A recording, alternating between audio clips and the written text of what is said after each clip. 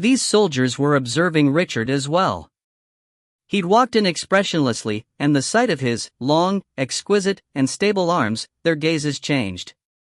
When they saw Flozen walk in behind him, the two who could tease the elven bard finally had a change in expression. Richard quickly went through the tools in his hands, inspecting the warrior's injuries. His movements were swift and skilled, practiced countless times when he was at Naya's tavern. The procedure had been drilled into him so well that he could be accurate without even thinking. That was one of the most authentic skills of the underworld. Richard didn't speak a word from the moment he walked into the interrogation room, just taking care of his tasks silently. That scared these soldiers. "Hey! Hey!" One of them shouted as Richard chained him up. "What are you trying to do, kid?"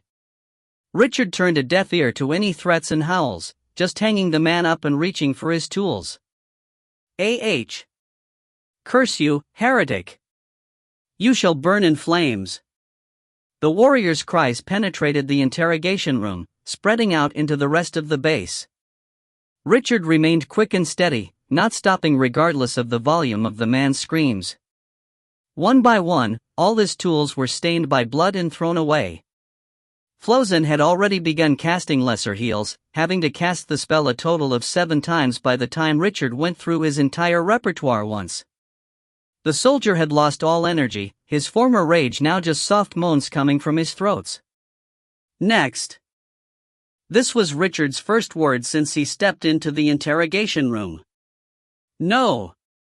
Don't touch me, I'll tell you whatever you want to aah." The first warrior had been let down, and the second hung up instead. Richard didn't even consider listening to the man's words, repeating the process once more. 5 minutes and 6 lesser heals later, the tools had been exhausted once more. This time, Flozen had even needed to cast a greater healing spell to keep him alive. The two were returned to their original positions, still covered with injuries. They looked about the same as they had 10 minutes ago, but the arrogance in their eyes had completely disappeared. Richard threw the blood-stained tools into a pail of cold water with a loud crash. He conveniently washed his hands as well, sitting in front of the soldiers. "Now, what do you folks have to say? Just so you know, the cleric has only used 1/3 of her mana." Minutes later, Richard had gathered everything he needed to know. He'd questioned them several times, ensuring that they were not lying. The soldiers fainted a few times throughout the process, but were awakened by splashes of cold water, keeping them from losing their consciousness.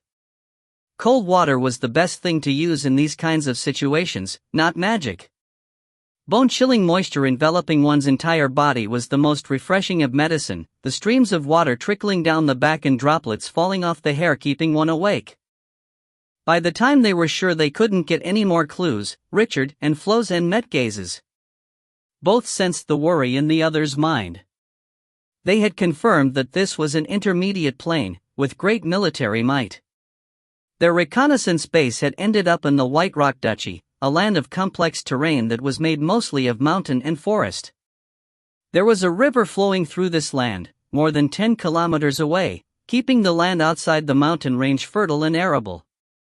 At the bend of the river was Baron Forza's castle, alongside a port city. Kojo had been one of 5 knights subordinate to him. The plain had plenty of rain and fertile soil, allowing them to develop their agriculture to a level where food was abundant enough to support a large population. There were nearly 200,000 people living in a few hundred square kilometers, with a corresponding standing army of over 1,000 people with dozens of knights in training. The tradition in this plain allowed any commoner to be knighted on the basis of merit and power, granting them a small fief with a manor. However, one had to be over level 10 to be afforded such treatment. Forza was only level 8 at more than 50 years of age, but that didn't lessen the danger Richard was facing. The Baron's huge army could extinguish Richard's tiny party that had less than 20 men. Moreover, the Baron was the ruling noble of this large territory. If there was a crisis, he could mobilize retired veterans, freemen, mercenaries and trained youths into a militia that was twice the size of the army. Of course, that still meant less than 200 leaders that were over level 5, with the rest weaker than that. If you find any errors, ads pop-up, ads redirect, broken links, non-standard content, etc., please let us know. Report chapter so we can fix it as soon as possible. Book 2, Chapter 10. Message. This finally explained Kojo's formidable forces. The soldiers following him weren't his own subordinates, instead elites from the Baron's army. Warriors normally chose a specialization at level 5, be that archery or martial arts, giving them the ability to rival 3 to 5 level 4s. The situation of this plane was quite similar to Norland's. Both planes had numerous intelligent creatures, but at least in the White Rock Duchy humans were in control. Status was based on a line of succession or military merit, which promoted a healthy martial culture amongst the people of the plane, quite like Norland. However, that military culture only spelled bad news for Richard. The main god of the White Rock Duchy was the god of valor, Nyan. There were other gods that Flozin hadn't heard of before as well, likely including aboriginal ones. The number of devotees would put Nyan at an intermediate god, with 5 or 6 other regions of similar outreach. Ancestral worship was quite common here as well, with humans not losing out to the beastmen and elves in that regard. Baron Forza was a strong devotee of Nyan, and had recently set up an altar to the deity within his castle. The priest had recently been given an oracle, prompting the Baron to send Kojo on a manhunt alongside his troops, tracking down the intruders to their plane. Were he to suffer defeat, the main army would follow. Richard and Flozin made their way to an empty plot. Richard moved a table out, while Flozin placed a map made from the captives' information onto the table. Their base hadn't ended up in a particularly good or bad situation, about 5 kilometers away from the end of the mountain path. The terrain and dense forestry served to block any cavalry from advancing, forcing even titled knights like Kojo to advance to the base on foot. The base itself was located on an abrupt miniature cliff. On 3 sides were steep slopes, with only the main entrance being a gentle road. With the cliffs being more than 20 meters tall, it would take a knight in training to scale them during battle. However, if they retreated to the base, they would end up trapped. Richard scrutinized the map, deliberating over it repeatedly before he pointed at a small town about 20 kilometers from the base. If the Baron's troops have already set off, they'll arrive here by tonight. This place is the last chance for them to replenish their supplies and get some rest before entering the mountains. They're likely to try and track us down at first light, so if we scout this place out now, we'll be able to get some general details about those troops. They might have brought some priests along this time, Flozin remarked. Those should be our first targets. I'm not sure if they'll have mages as well. Richard nodded in agreement. Staring at this map of the towns and villages under Forza, he silently made his own calculations. It hasn't even been a day yet, and the reaction to Kojo not answering shouldn't be this immediate.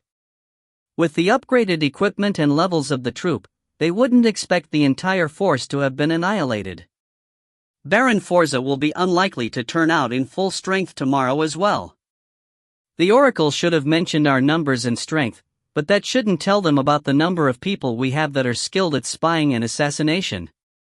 The losses we'll suffer the first time around will be negligible. We'll meet a third of his army at most.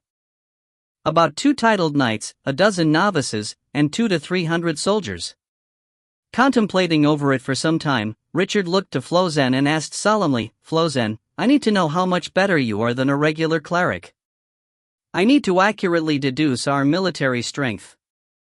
Flozin raised her head, fixing her gaze upon Richard before going, Sure, but let's start with you. Don't tell me that a normal level 8 mage can set off 5 fireballs within 5 seconds.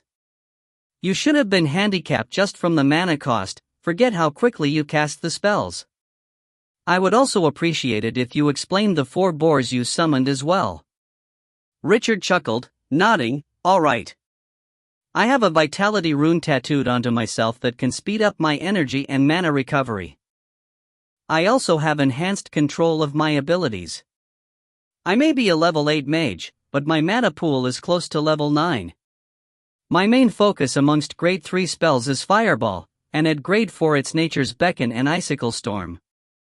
I've enhanced the Fireball spell to allow me to quick cast it in under a second, and allowed it to consume less mana than normal as well. Nature's Beckon might be due to my elven bloodline, but its effects are boosted when I cast it. As for Icicle, even if I haven't perfected it yet, it has immense power. However, it takes 5 seconds for me to cast it, too much to be useful in actual battle. Richard hadn't explained things completely. The ivory bracelet sitting snugly on his wrist had proved to have another function. It was easier for him to communicate with his summons. That's why he managed to summon an additional boar. What about your bloodline abilities? Flozin continued to ask relentlessly. Richard hesitated, before explaining, I've only awakened one so far, eruption. Flozin lowered her head, writing in the air with her fingers. It took a while for her to reply, great, I think I know how to support you in battle now. Alright, my turn. I'm different from the average priest. I'm a cleric, titled Daybreak by the Eternal Dragon. You can assume I have thrice the mana reserve of an ordinary priest of my level. You have also noticed the rune on my forehead before.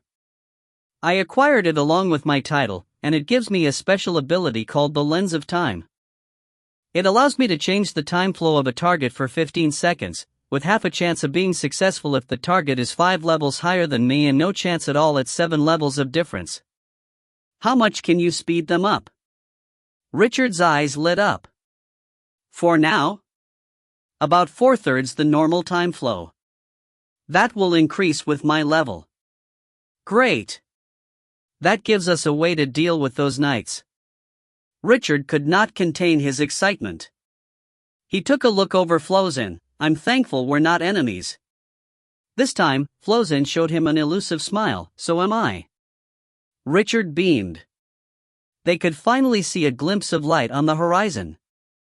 If you find any errors, ads pop up, ads redirect, broken links, non-standard content, etc. Please let us know. Report chapter so we can fix it as soon as possible. Book 2, Chapter 11. Battle. Thinking over things for a moment, Richard continued, if the army coming for us is as we expect, we have a chance at success. Our first job is to ambush them once they enter the mountains, killing all their priests in one go before retreating to the base. We can then make use of the natural defense, slowly whittling down their numbers, bleeding them out until they can't handle the losses anymore and have to retreat. Normally a commander here pulls back their troops once 1/3 of the army is destroyed, unless they have a special mission or fixed target. We should be able to hold on until then. The ordinary soldiers are fine, but our primary target should be their knights and novices. Attack from the walls and kill them instantly. Flozin spoke up, I should remind you about the brood mother. The brood mother? It's still a larva. Richard found her line of thought strange. Perhaps so, but it still has offensive abilities. You remember what it said when it told you it could forage for food itself? Richard furrowed his brows, put deep into thought. His mind connected with the brood mother the moment he thought of it, sensing that it had already captured some prey deep inside the forest and was halted there. It was eating, radiating satisfaction through their link. Return to the base early tomorrow, Richard ordered, and the broodmother replied with an affirmative. Night fell slowly in this unfamiliar land. The sky was an inky, near black blue, with only one moon that emitted pale light that was practically drowned out by the resplendent stars that filled the skies. There were far more here that could be seen with the naked eye than on Norland, so crowded that they made the night sky look like the skirt of a lady, adorned with pearls. The little town of Osfa would normally be in the world of dreams at this time, but there was a large clamor throughout the place. Teams of fully armed soldiers were stood guard right outside, with only the knights able to sleep comfortably on beds within. Their squires were in the town as well, taking over the residents' homes. None of the residents of the town were asleep, instead busy preparing supper for the soldiers and aristocrats who'd come from afar. The town had a total population of merely 300, and with about the same number of soldiers suddenly having joined with 10 or so powerful people that even the mayor had to bow his head to, the place was naturally in chaos. Forget the knights themselves, even the squires could do as they wished in the town. The mayor was now stood inside his own small yet intricate dining hall, respectfully facing a few aristocrats who were comfortably bent over their food. Sat in the middle was a middle-aged man with a thick mustache and bear-like stature, seemingly about 40 years of age. He had a vicious scar on his neck, his high-collared linen shirt leaving it exposed. The scar was incredibly eye-catching, like a fleshy red mollusk just resting on his neck. The knight swallowed a piece of searing hot beef, raising his head to look at the mayor. "Is there still no word from Sir Kojo?" "No, esteemed Sir Menta. He might just have met with some trouble." "It looks like we'll have to be more cautious," Menta said. "We have priests with us, what's there to be afraid of?"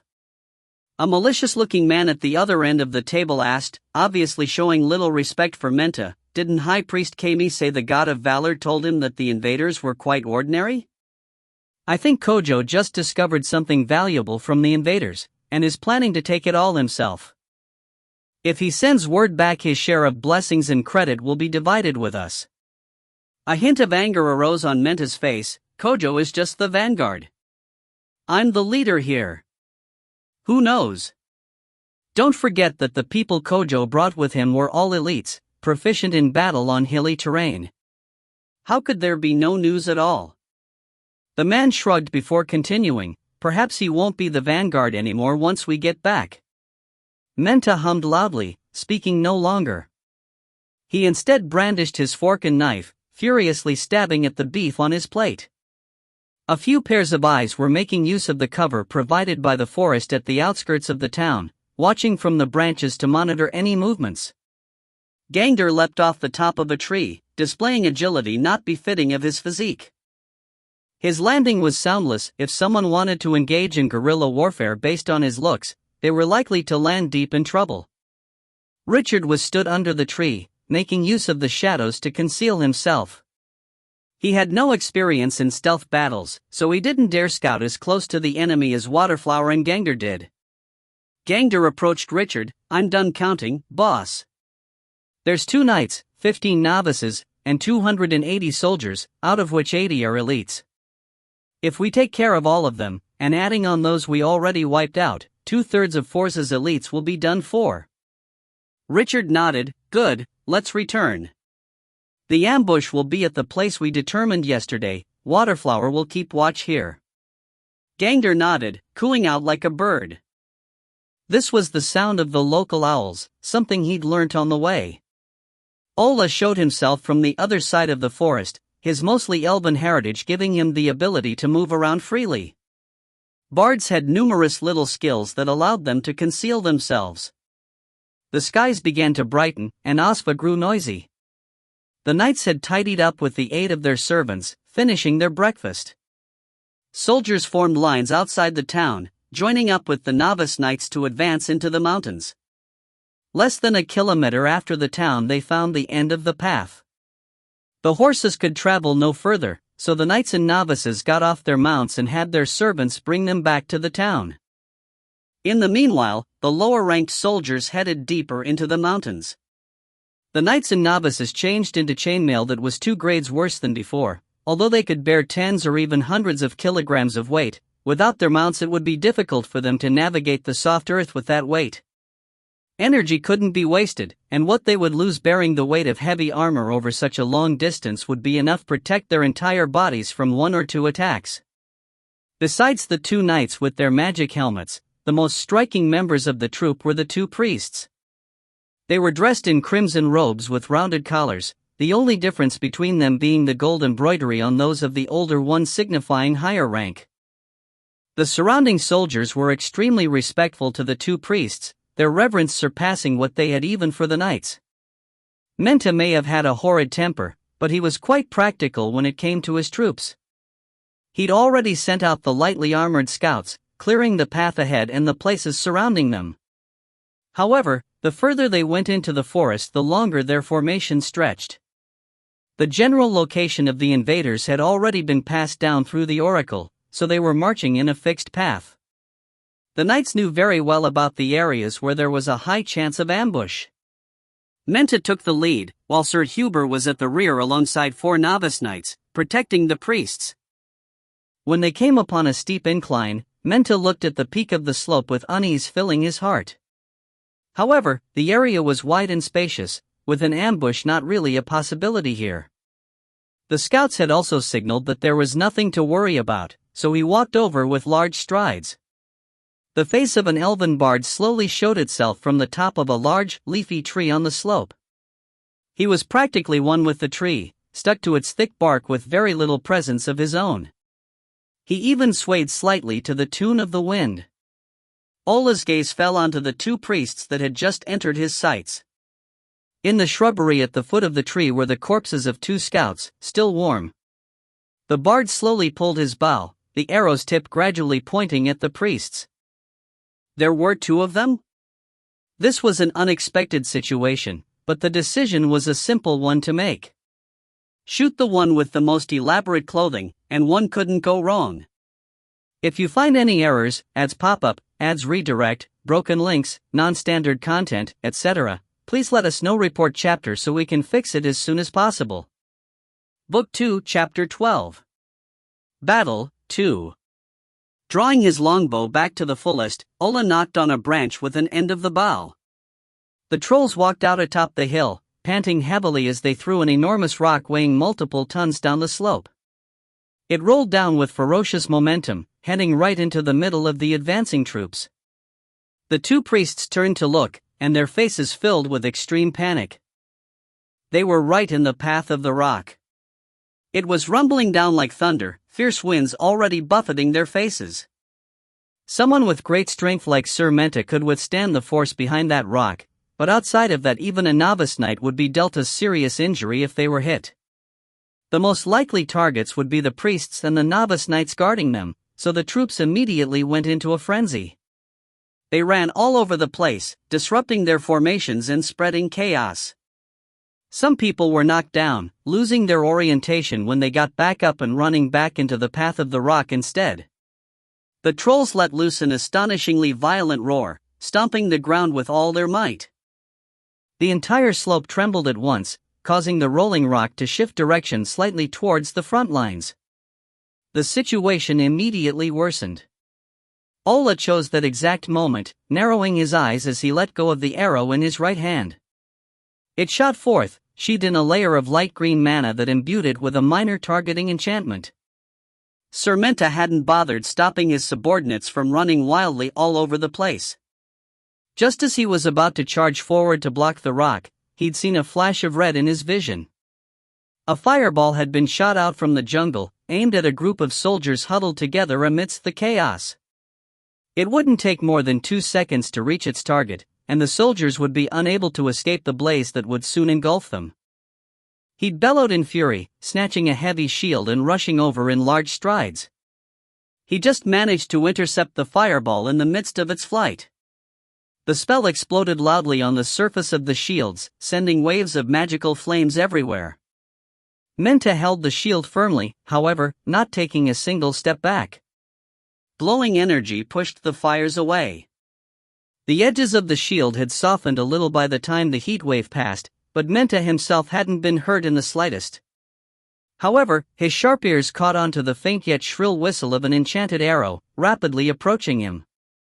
The knight had rushed out from behind the shield, only to see a long arrow sparkling with magic pass him by, plunging its way through the older priest's back. The tip poked through the other side, a faint sound echoing forth from his body as an indication that his internals were damaged. Looking at how the priest had fallen to the ground, there seemed to be no life left in him anymore at all. A priest had been killed. Damn it! Sir Menta's eyes were practically on fire as he drew his saber, bellowing in rage before rushing towards the slope. The alerted knights whipped out their weapons at once, their bodies glowing in different colors of energy. They charged towards the attackers at full speed, a few of the faster ones already next to Menta by the time they made it up the slope. However, the instant they rushed into the jungle they saw Richard. Both his hands were held flat out, and he just completed the last line of an incantation. A frigid wind poured out from Richard's hands, countless icicles forming in the air. Menta immediately recognized this to be a level 4 spell, shouting for everyone to be careful even as his own footsteps came to a halt at once. He planted the large shield firmly on the ground before him, shrinking behind it completely. A direct blow from the spell would leave even him seriously injured. The novice knights quickly entered defensive stances as well, securing themselves in their locations one after the other. However, one of them hadn't reacted in time, rushing 2 steps forward into the rain of icicles. The winds lasted for but 2 seconds, countless icicles continuously ramming into Menta's large shield. Clinks echoed in his surroundings as the icicles struck the armor or gauntlet shields of the knights in his surroundings. A few painful howls rang out. When the wind finally stopped, the surface of Menta's body was covered in a thick layer of frost. He shook it all off in a jerking motion, letting it disintegrate and fall to the ground. Although his face was still frosted over, he prioritized taking in his surroundings. All of the novices were injured to some extent, with one being severely hurt. Their armor had been limited for the sake of easy movement, but now they had paid the price. The mage himself was nowhere to be seen. "Leave 10 behind. Carry him down, and protect the priest's dead body. The rest are to follow me. The mage has already cast 2 spells, so he has another 2 fireballs left at most. What's there to be afraid of? Chase them!" Menta roared. The novice knights led the soldiers in a charge into the forest, swiftly running along the tracks Richard had left to hunt him down.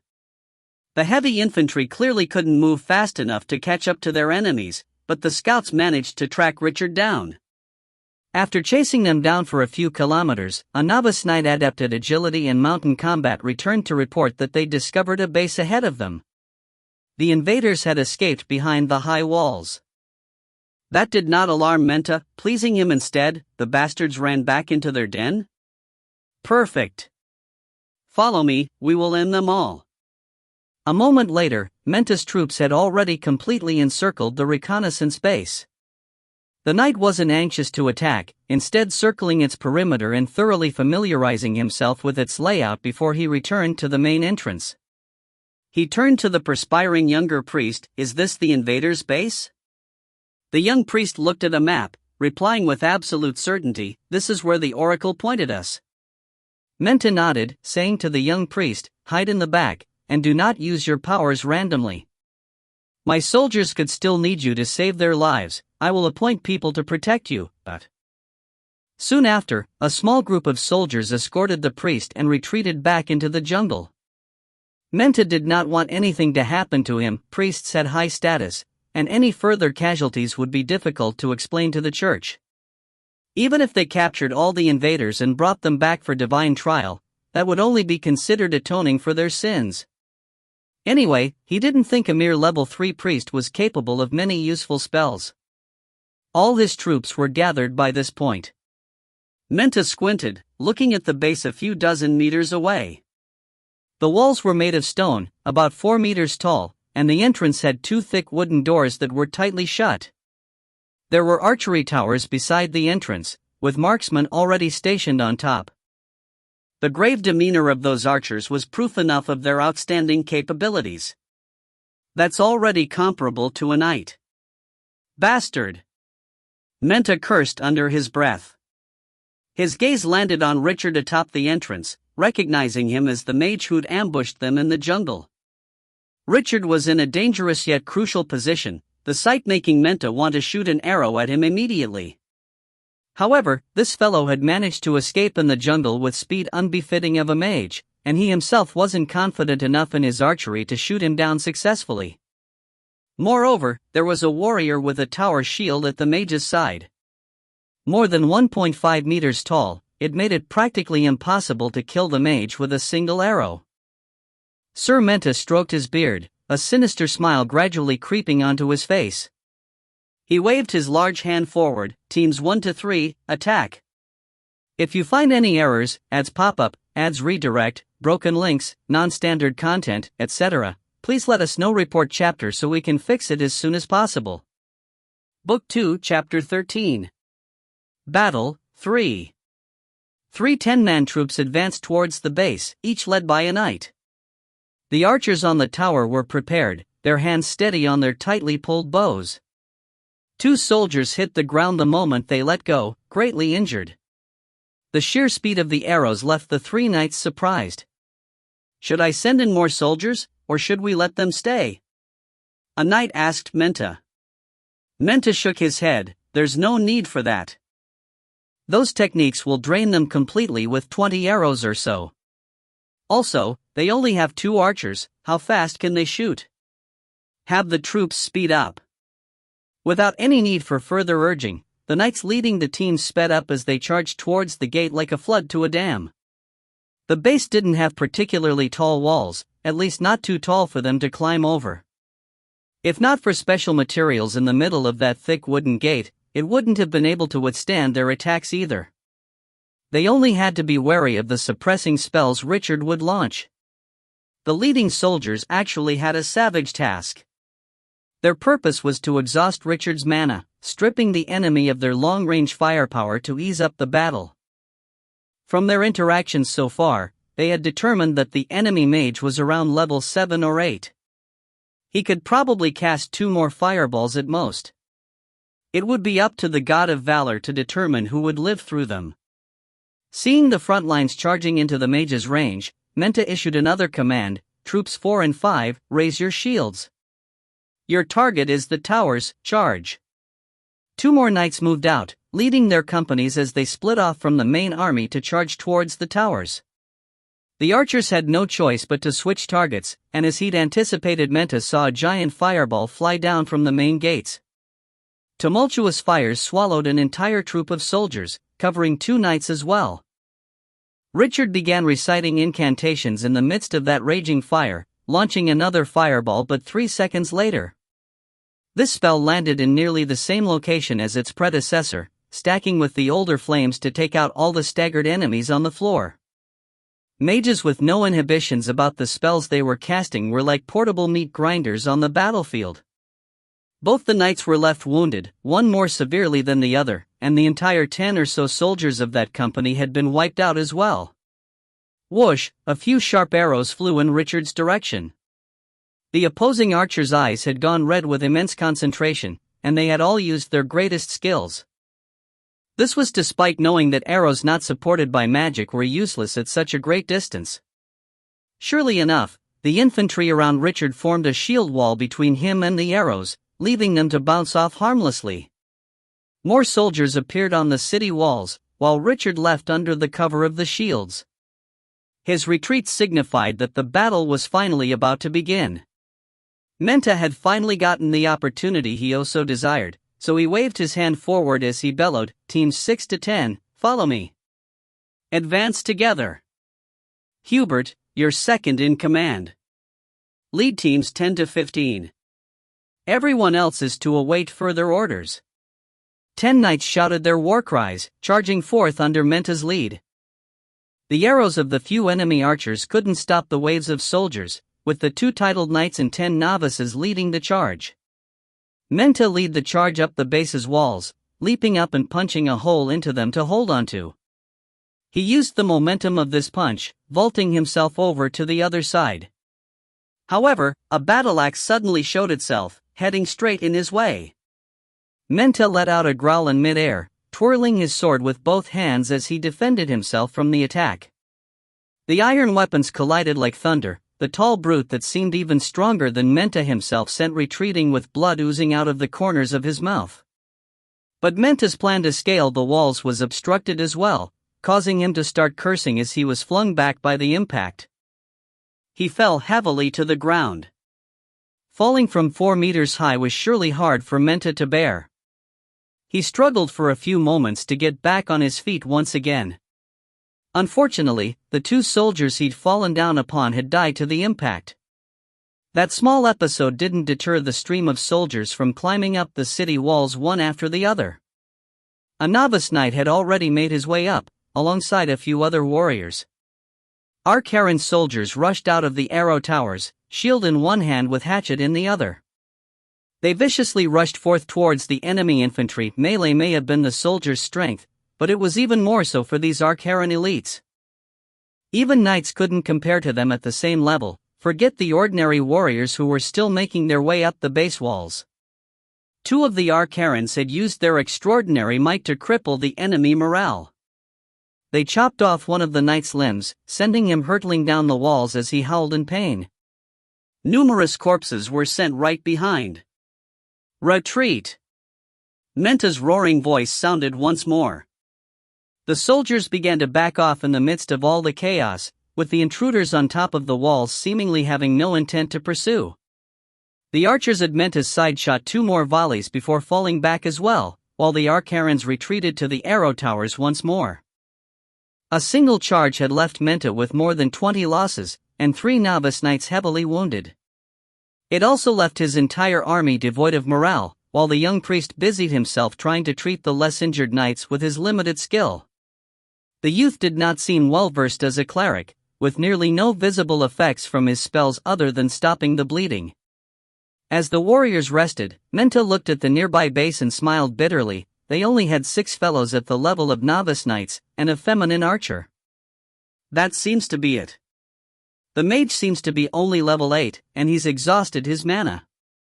That's why he's choosing to rest. Mages can take days to recover. Hubert nodded his head, speaking with his normal dark tone. The next attack should be able to take them down. However, it shouldn't have been a problem for Kojo to subdue them if they were so weak. Where did he go? Who cares? Can we focus on cleaning up his mess? Menta grew irritable at the very mention of Kojo. He extended his hand towards the base, remarking harshly, "In any case, this is the place the oracle mentioned. Conquering it is our biggest priority. Of course, it would be a splendid touch if we could find Kojo's corpse in one of the cells." Hubert shrugged his shoulders, showing no intent to continue the topic.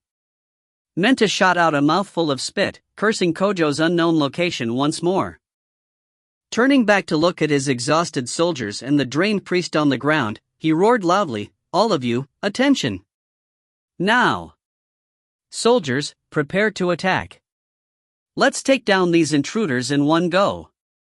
The resting soldiers immediately assembled into formations.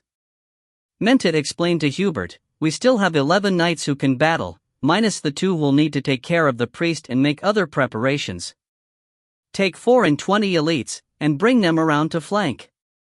The terrain there surely won't be a problem. I'll take the rest, curbing their main force. Of course, I don't mind taking out everyone on those walls. Go!" Hubert instantly called out to 4 knights and some elites, detouring towards the side of the base.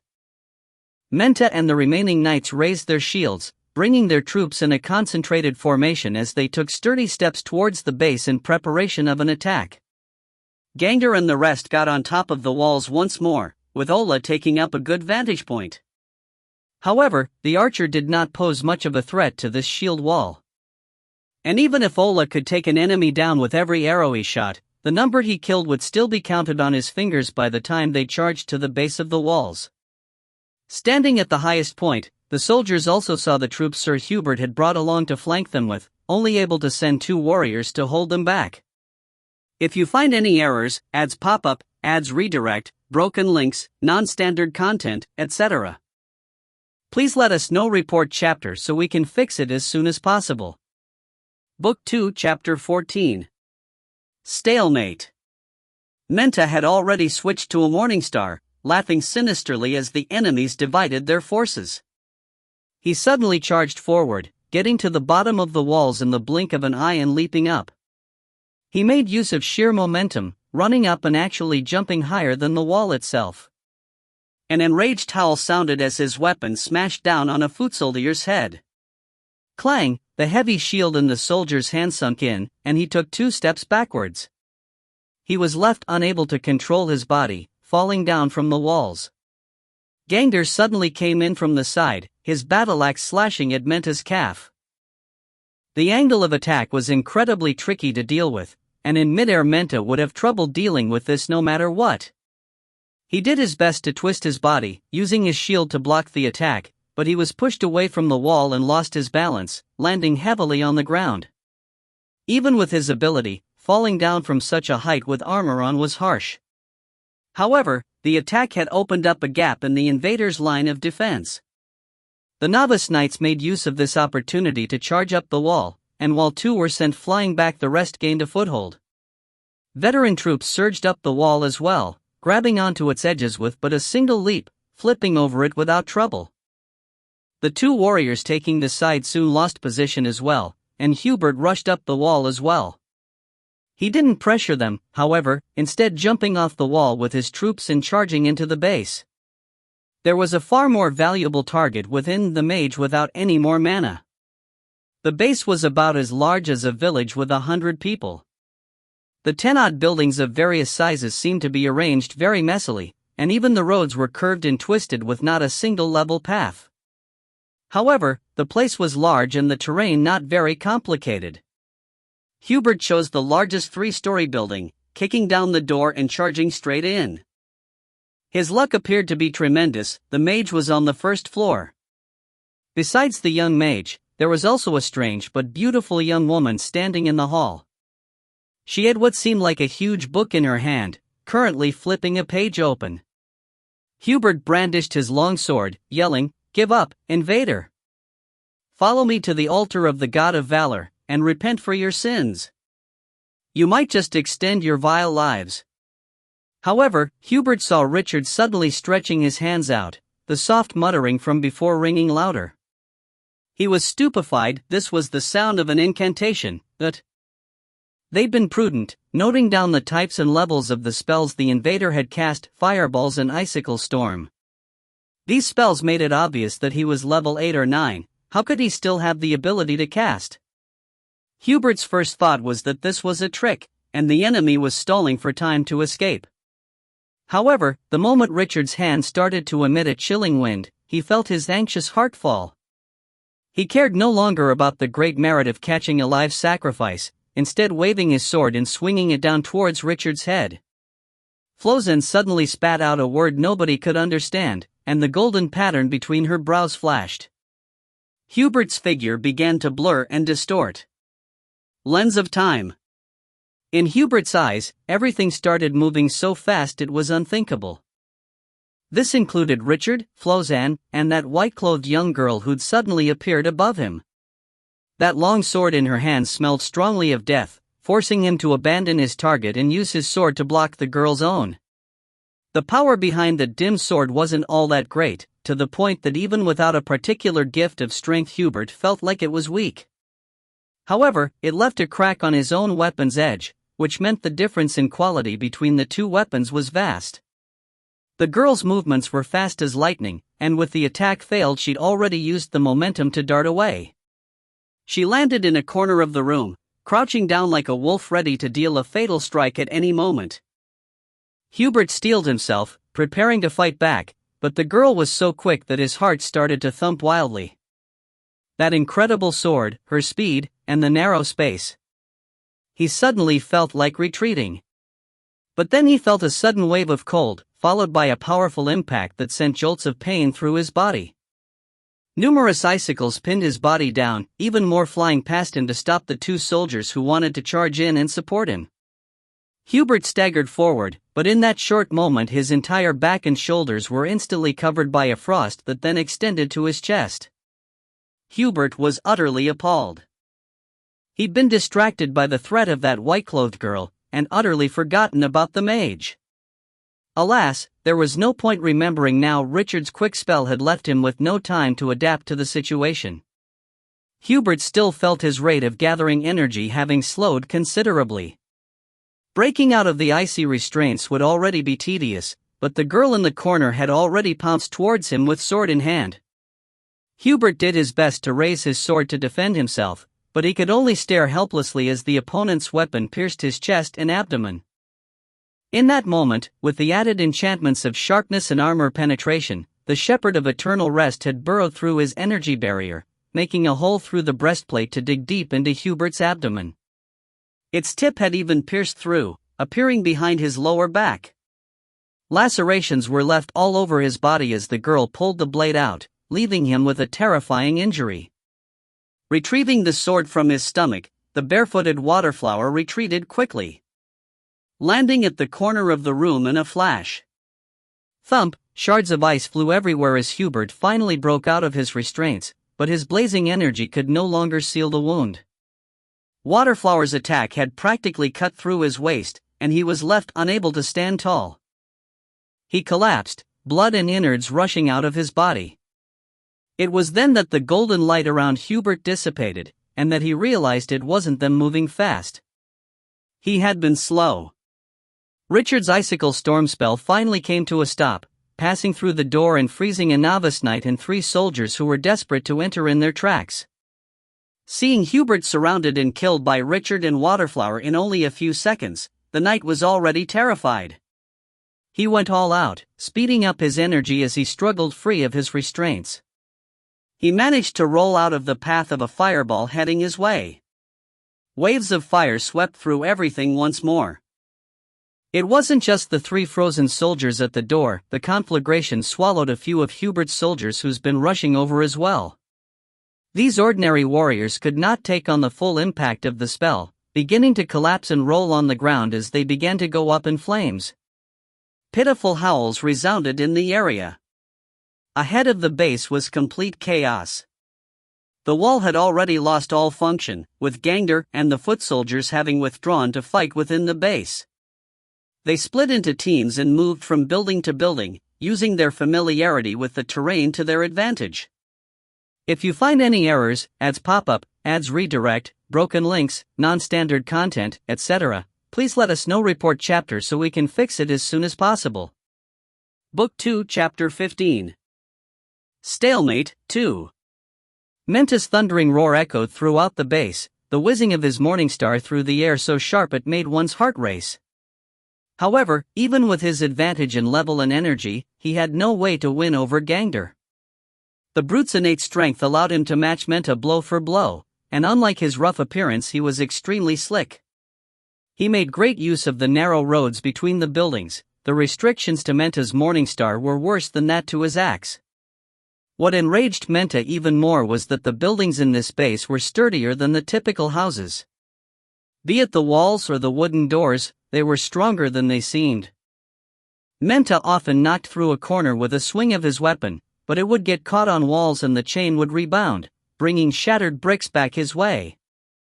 After a blind flurry of attacks without regard for his stamina and energy, Menta eventually caught Gangder in a strike. His wild strength cracked his opponent's axe, the spikes of the morningstar leaving deep wounds on Gangder's chest. However, Gangder did not even groan because of the damage. His hands still held tight to his axe, as if nothing had happened to him. Getting hurt was normal in the Ark-Heron death camps. Anyone who could survive that hell was abnormal, able to completely ignore pain. Menta's breathing grew heavier, but Gangder seemed to be undead as he stood back up regardless of the toughness of his injuries. It was as though he could be injured but not killed, his energy still going strong as if he had no limits to his strength. Menta had determined at the start that Gangder was only level 10, but even with a 3-level difference their fight was this close. He couldn't help but rage. Behind Gangder was another knight, shield in one hand and axe in the other. He guarded the brute's back, leaving the opponent knights charging them down with no way to attack. He kept Gangder's back and side protected. These level 10 knights that Gatton had dispatched weren't particularly talented, but they were all experienced at war. They were like rocks in the middle of battle, unmoving and undefeatable. Menta had grown so enraged at this point that he was preparing to end Gangder in one blow. However, a faint voice sounded out at that moment, faint light flashing across Gangder's body even as a song was sung. The exhausted giant regained lucidity immediately, his strength even seeming to grow as he once more blocked off Menta's numerous full-power blows. Damn it! Vermin! Menta cursed in fury. Gangder had regained his strength from the song of the elven bard. In this plane, bards weren't only about their arts, most of them sold their bodies. They were basically the same as female dancers. However, it was this cheap class that disrupted this battle greatly. Ola was extremely agile, moving back and forth between the buildings freely as though he was in the forest. He chose the occasional opportunity to jump up on a roof, quickly shooting down some unlucky warriors before he fled to somewhere safe before he was encircled. Every draw of his bow let loose an arrow at an opponent's vitals, all without much time taken to aim. Those shot were either immobilized or outright killed. At his level, Ola could bless 3 people with the power of his battle song. Gangder and 2 other knights radiated energy immediately, lengthening the battle once more. Gangder retreated without end, while Menta advanced. By the time the former backed out of the narrow alley to stand at a crossroad, a ray of sacred light shone down on him. The wound marks on his chest stopped bleeding immediately, as the flesh wriggled at a speed visible to the naked eye. The wounds slowly closed up. Greater heal. Menta roared hysterically. This one skill destroyed practically all of his morale. Who was this priest? The spell was even more powerful than the older priest they had brought along, and he had been level 10. The rarest type of intruder was a priest. Differing planar laws led to the dominion of differing deities, and a priest often lost their connection to their god, and thus their power, when they entered a new plane. Replenishing one's mana wouldn't be a problem, but they would not be able to advance. Menta scanned the surroundings, spotting the window of a building at the street corner immediately. There was the silhouette of a woman who looked like a priest behind it. He instantly pointed to that building, shouting, "Men! Slaughter that whore!" 2 soldiers responded, breaking into the building, but a dim sword crossed them the moment they stepped within.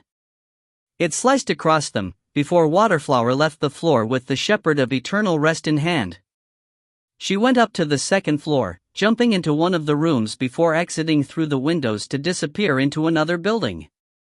Richard and Flozan, originally at the 2nd floor as well, were nowhere to be seen. Another ray of sacred light landed in the blink of an eye, stopping the bleeding of a badly injured soldier immediately. A fireball exploded not far away, taking out the enemies who were chasing him. The knight used the opportunity to duck into one of the buildings nearby. Flosan's spell would treat most of his injuries in a few minutes, which was enough time for him to regain some energy as well. The 3rd, the 4th, and the 5th. Even more rays of sacred light flashed across the battlefield, each one only fueling Menta's flaming rage. His victory had been reversed, just like that, and none of the enemies had been killed yet. Every ray falling down tipped the scales of the battle a little, and this didn't even count that mage. He'd already cast 5 fireballs and 2 icicle storms. Was his power never-ending just like that priest's? Menta felt like attacking that hateful priest himself, but Gangder who was standing before him held on tightly, giving him no room to escape. The smell of blood in the base grew stronger and stronger, but most of it was from Menta's troops. Flubert! Where did that scoundrel go? Flubert!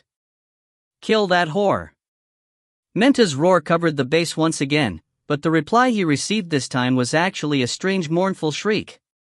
His heart skipped a beat, an indescribable hurriedness suddenly filling his mind. He recognized the scream to be from a subordinate, but these warriors had all seen blood and death before, most even fighting those of other races. Even dying in battle, they should not have been screaming like this. This was a scream of extreme fear. Even the undead would not scare his warriors. These intruders seemed to be humans themselves. What was it? The shriek had come from a small house at the corner of the base. A warrior was rolling around on the floor, trying to get a large, exotic insect off his body. It was a meter-long worm that shone black, dragging along a strangely large abdomen with 6 stout legs. It looked very clumsy.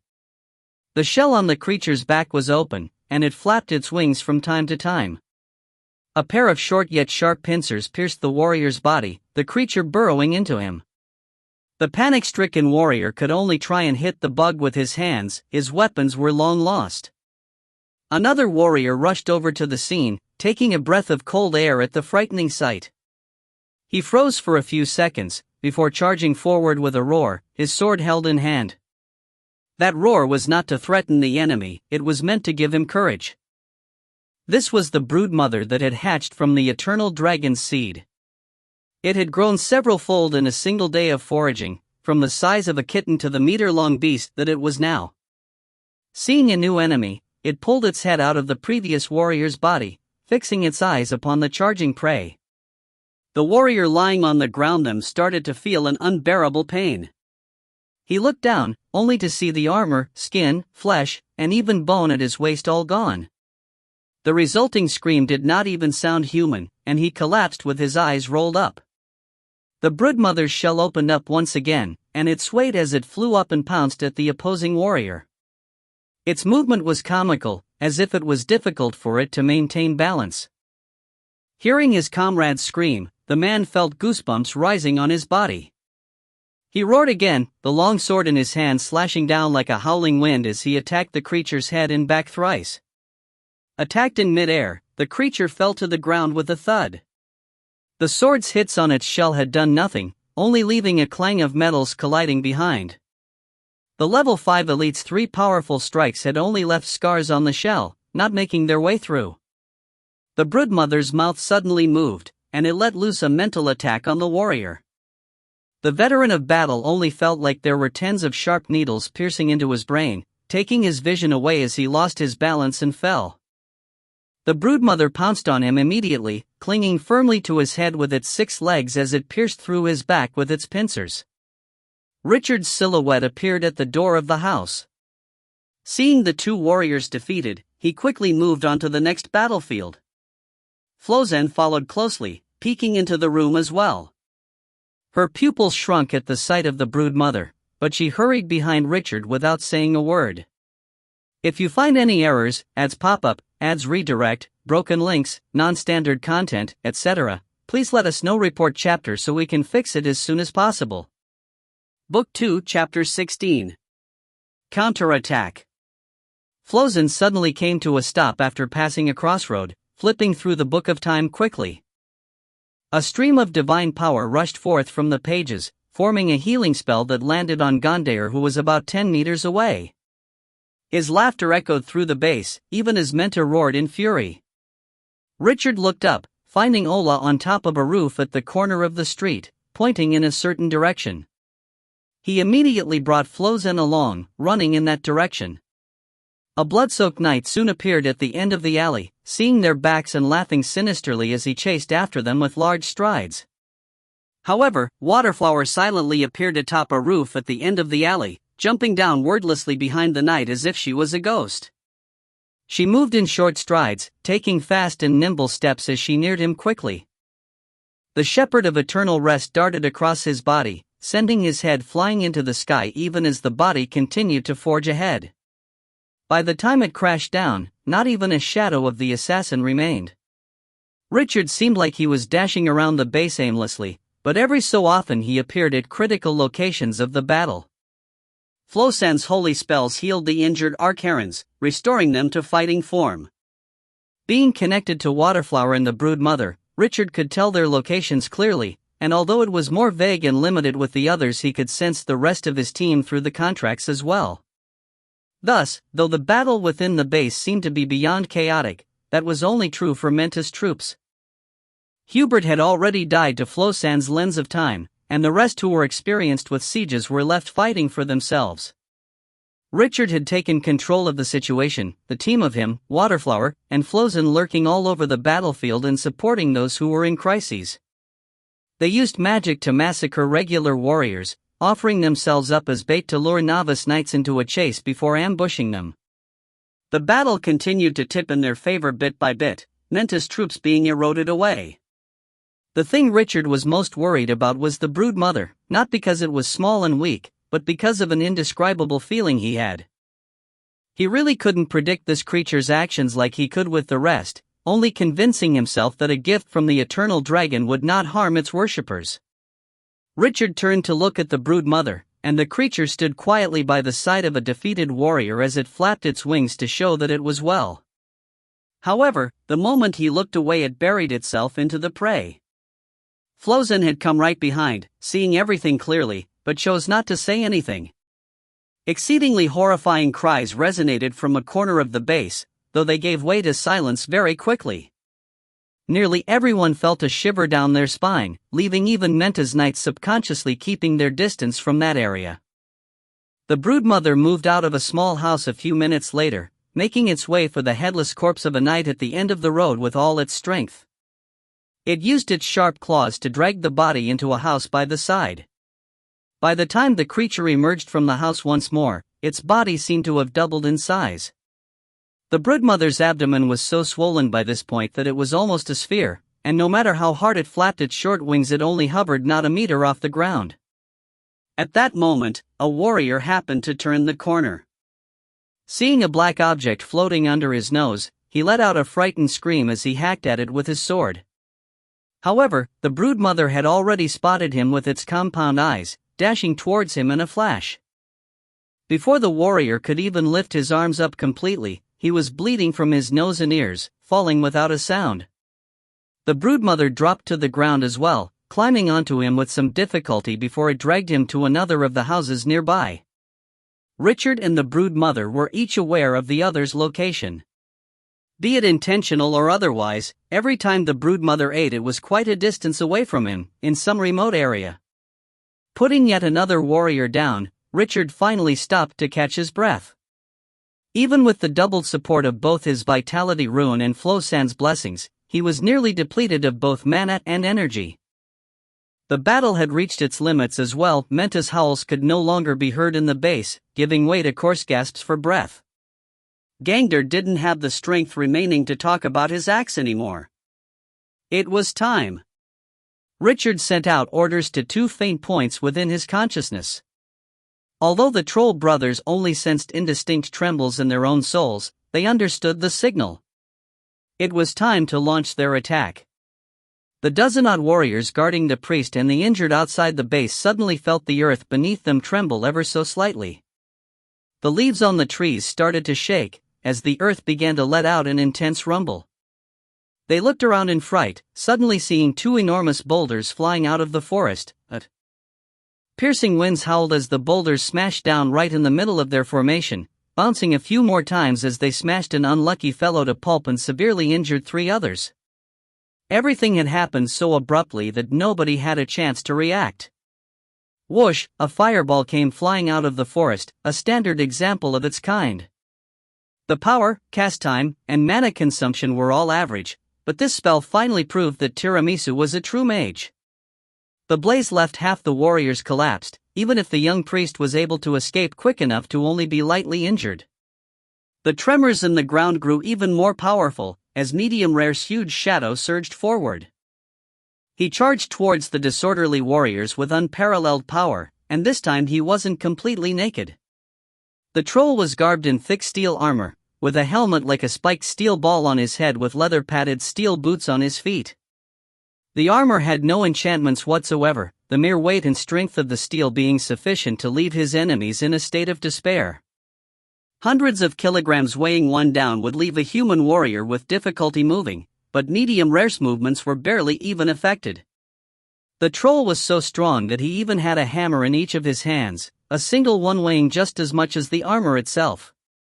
Even on Norland, fully grown trolls forced ordinary adventurers to retreat. On a secondary plane like this, they were frightening monsters that only the best of elites even tried to challenge. What, then, if such a monster had weapons and armor? Medium Rare was almost like a mobile fortress, pouncing onto the remaining survivors ferociously. But perhaps the opposing warriors weren't already dejected enough. 2 brilliant rays of mana shone on the troll's body, the second immediately turning him ash-brown from head to toe. The severely injured knights had originally armed themselves with shields, ready to resist, but those rays of magic caused them to cry out in despair. If there was anything that was more frightening than an armored, weapon-wielding troll, that was Rare right now. He'd been buffed by bull's strength and iron skin. His giant hammer smashed into a heavy shield with a suppressed thud, sending the warrior flying in the air. The man's body twisted in mid-air, distorting just like his shield had into an unnatural form. "Leave me 2 of them!" Tiramisu bellowed through the forest. He dashed, holding a hammer just like Rare's in hand, but with only leather armor on his body. The mage shared his brother's love for hammers as a troll, but being a mage he couldn't wear suits of metal. By the time Tiramisu rushed to the battlefield, Rare had already crushed all of the enemies. He'd also lightly tapped the young priest with the hammer in his hand, leaving him with a minor swelling on the back of his head. Attacking so gently with 100 kilograms in hand was something he was proud of. "You killed them all!" Tiramisu roared in accusation, but Medium Rare was already charging towards the base in big strides. "The battle there hasn't ended yet, Master is summoning us." Tiramisu hurried towards the base as well, but even without any heavy armor on he could not catch up to his brother. The distance between them continued to increase. "Damn it!" he howled in futility. He began to consider casting a slowing spell on his brother. After all, he was a mage. If you find any errors, ads pop-up, ads redirect, broken links, non-standard content, etc., please let us know. Report chapter so we can fix it as soon as possible. Book 2, Chapter 17. A Brave Warrior. Once the two powerful trolls joined in, the barely sustained stalemate was finally broken. The fatigued soldiers and knights were unable to withstand their magic-enhanced blows. One knight collided head-on with Medium Rare, staggering backwards with a loud crash. His left arm was deformed by the impact, dangling from the side of his body with his dented shield. Medium Rare exploded into a violent rage. He'd hammered with all his might, but he hadn't been able to knock this feeble enemy aside. He roared wildly, whirling his heavy hammers again to send the knight flying into the distance like a puppet with its strings cut. He then straightened himself, thumping his own chest as he roared thunderously, "Damned pieces of steak, who still wants to fight?" Nobody responded to the troll's war cry. He hadn't had a language proficiency spell cast on himself, so to them his roars were meaningless voices. Of course, the same could be said the other way. As Rare roared to his heart's content, Tiramisu rapidly overtook him. He brandished his own hammer, ruthlessly smashing a warrior into the ground. His brother roared in rage, chasing after him at once. A moment later, Menta and his surviving soldiers were surrounded at an open space at the corner of the base. Menta's helmet was nowhere to be seen, sweaty hair sticking to his forehead. The morning star seemed to grow heavier by the minute, so much so that it had grown difficult to hold it up. Every single muscle of Menta's body was aching. A crack had formed on the shield in his left hand, with its edge being a little deformed. Menta looked behind himself. There were only 2 knights left, soaked in blood all over, as well as 10 or so warriors who were all injured as well. On the opposing side was Gangder and 7 Archaran soldiers, as well as the 2 formidable trolls. The elven bard was crouched atop a roof, his hands trembling with fatigue as he held onto his bow and arrow. However, even then that damned war song didn't stop coming from his lips. His gaze finally fell on Richard, Waterflower, and Flozan. The cleric seemed not to notice his animalistic gaze, instead flipping through the Book of Time as she cast one spell after another on their own front lines, including Gangder and the knights.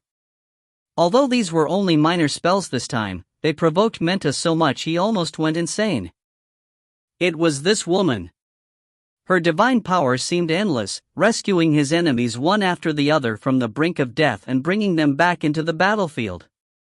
When the battle first unfolded, the original 2 knights who hadn't yet recovered from their serious injuries had only been capable of self-defense.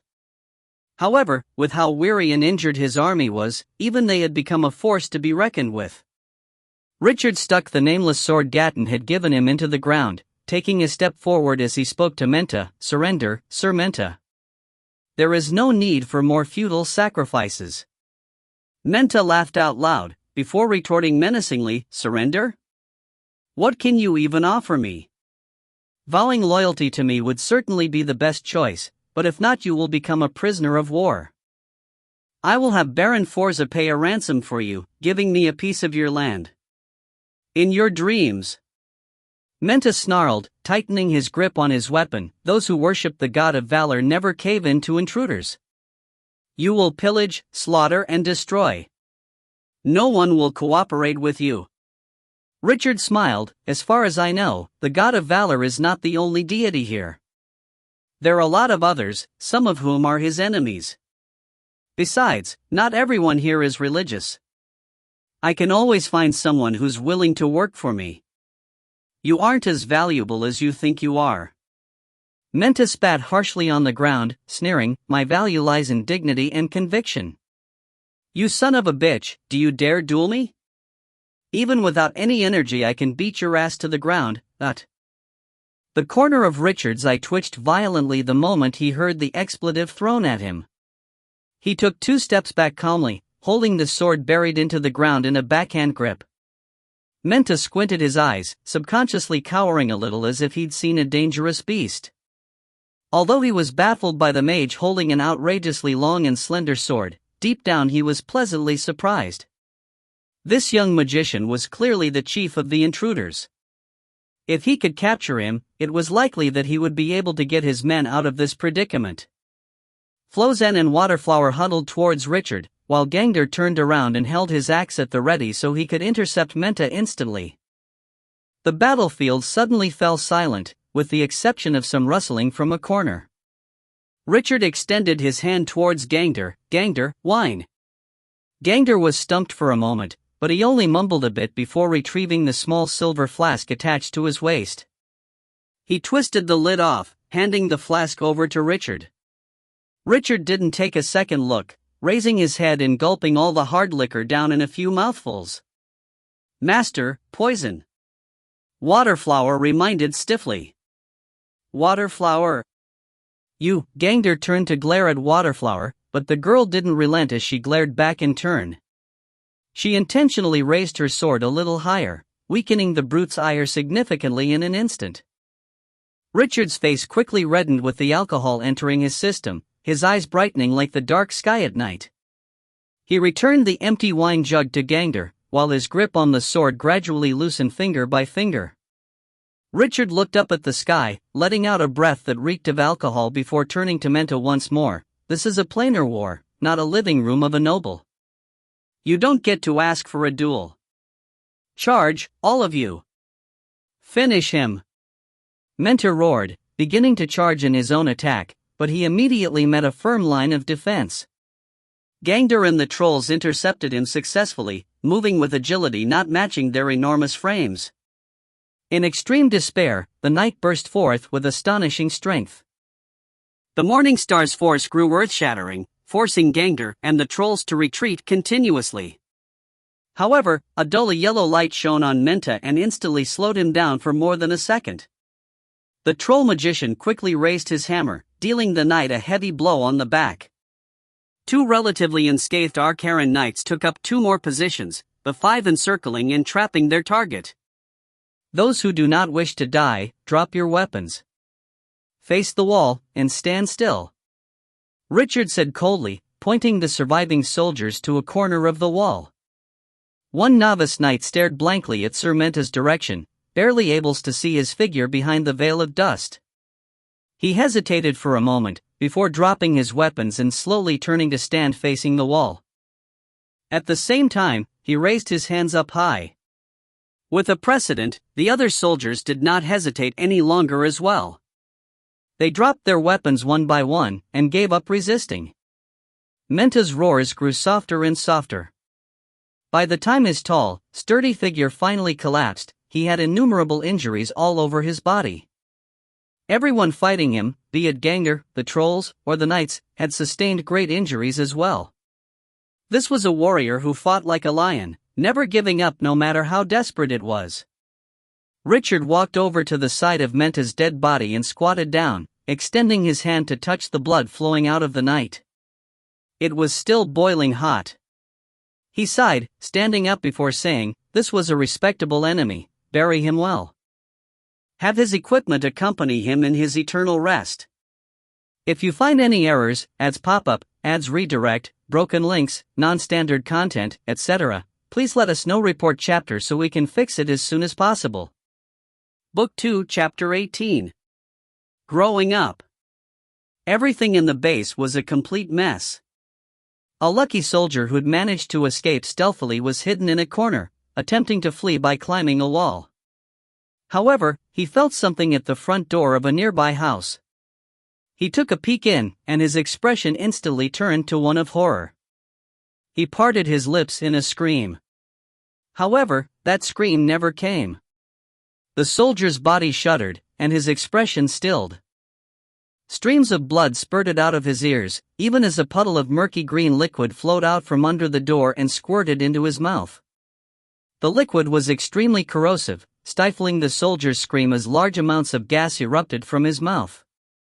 There was no chance for him to call for help as he fell head first to the ground, facing the sky. Both his hands were grasping at his throat in a desperate struggle, but two sharp blades flashed from within the room, biting into his calf and dragging him into the house. The broodmother's soul had grown exceptionally in a short period of time, and it had gained the ability to spew acid. The surrendered soldiers were detained in the cellar of the pub, bandaged and given a modicum of treatment. The two novice knight, more seriously injured than the rest, had lesser heals cast on them as well. This relaxed the prisoners. The priestess would not be willing to waste her precious holy spells on them if they were going to be slaughtered. Two knights followed Tiramisu to the outside of the base, picking up two more prisoners that were rather valuable, a knight who'd been immobilized by his injuries and the fainted priest. The rest were up to their own tasks, cleaning up the base, collecting the spoils of war, or searching for hidden enemies. A handful of opposing soldiers had escaped at the very last minute of the battle, but Ola was already chasing them down. It would be impossible for him to capture all of the escapees alone, but he was also the only one of them with the energy left to pursue while observing the situation. The battle had finally ended, and weirdly enough Richard's entire party had come out of it scot-free, a beyond miraculous situation. Of course, the biggest miracle was Flozan. Her lens of time had allowed them to kill Hubert off instantly, and during the stalemate she'd used 7 greater heals, 12 normal heals, and a whopping 30 lesser heal spells in total. This was like giving every individual in their troop half a life. Flozan alone had been as useful as a group of clerics, the Book of Time of course playing as important a part in that as her talent did.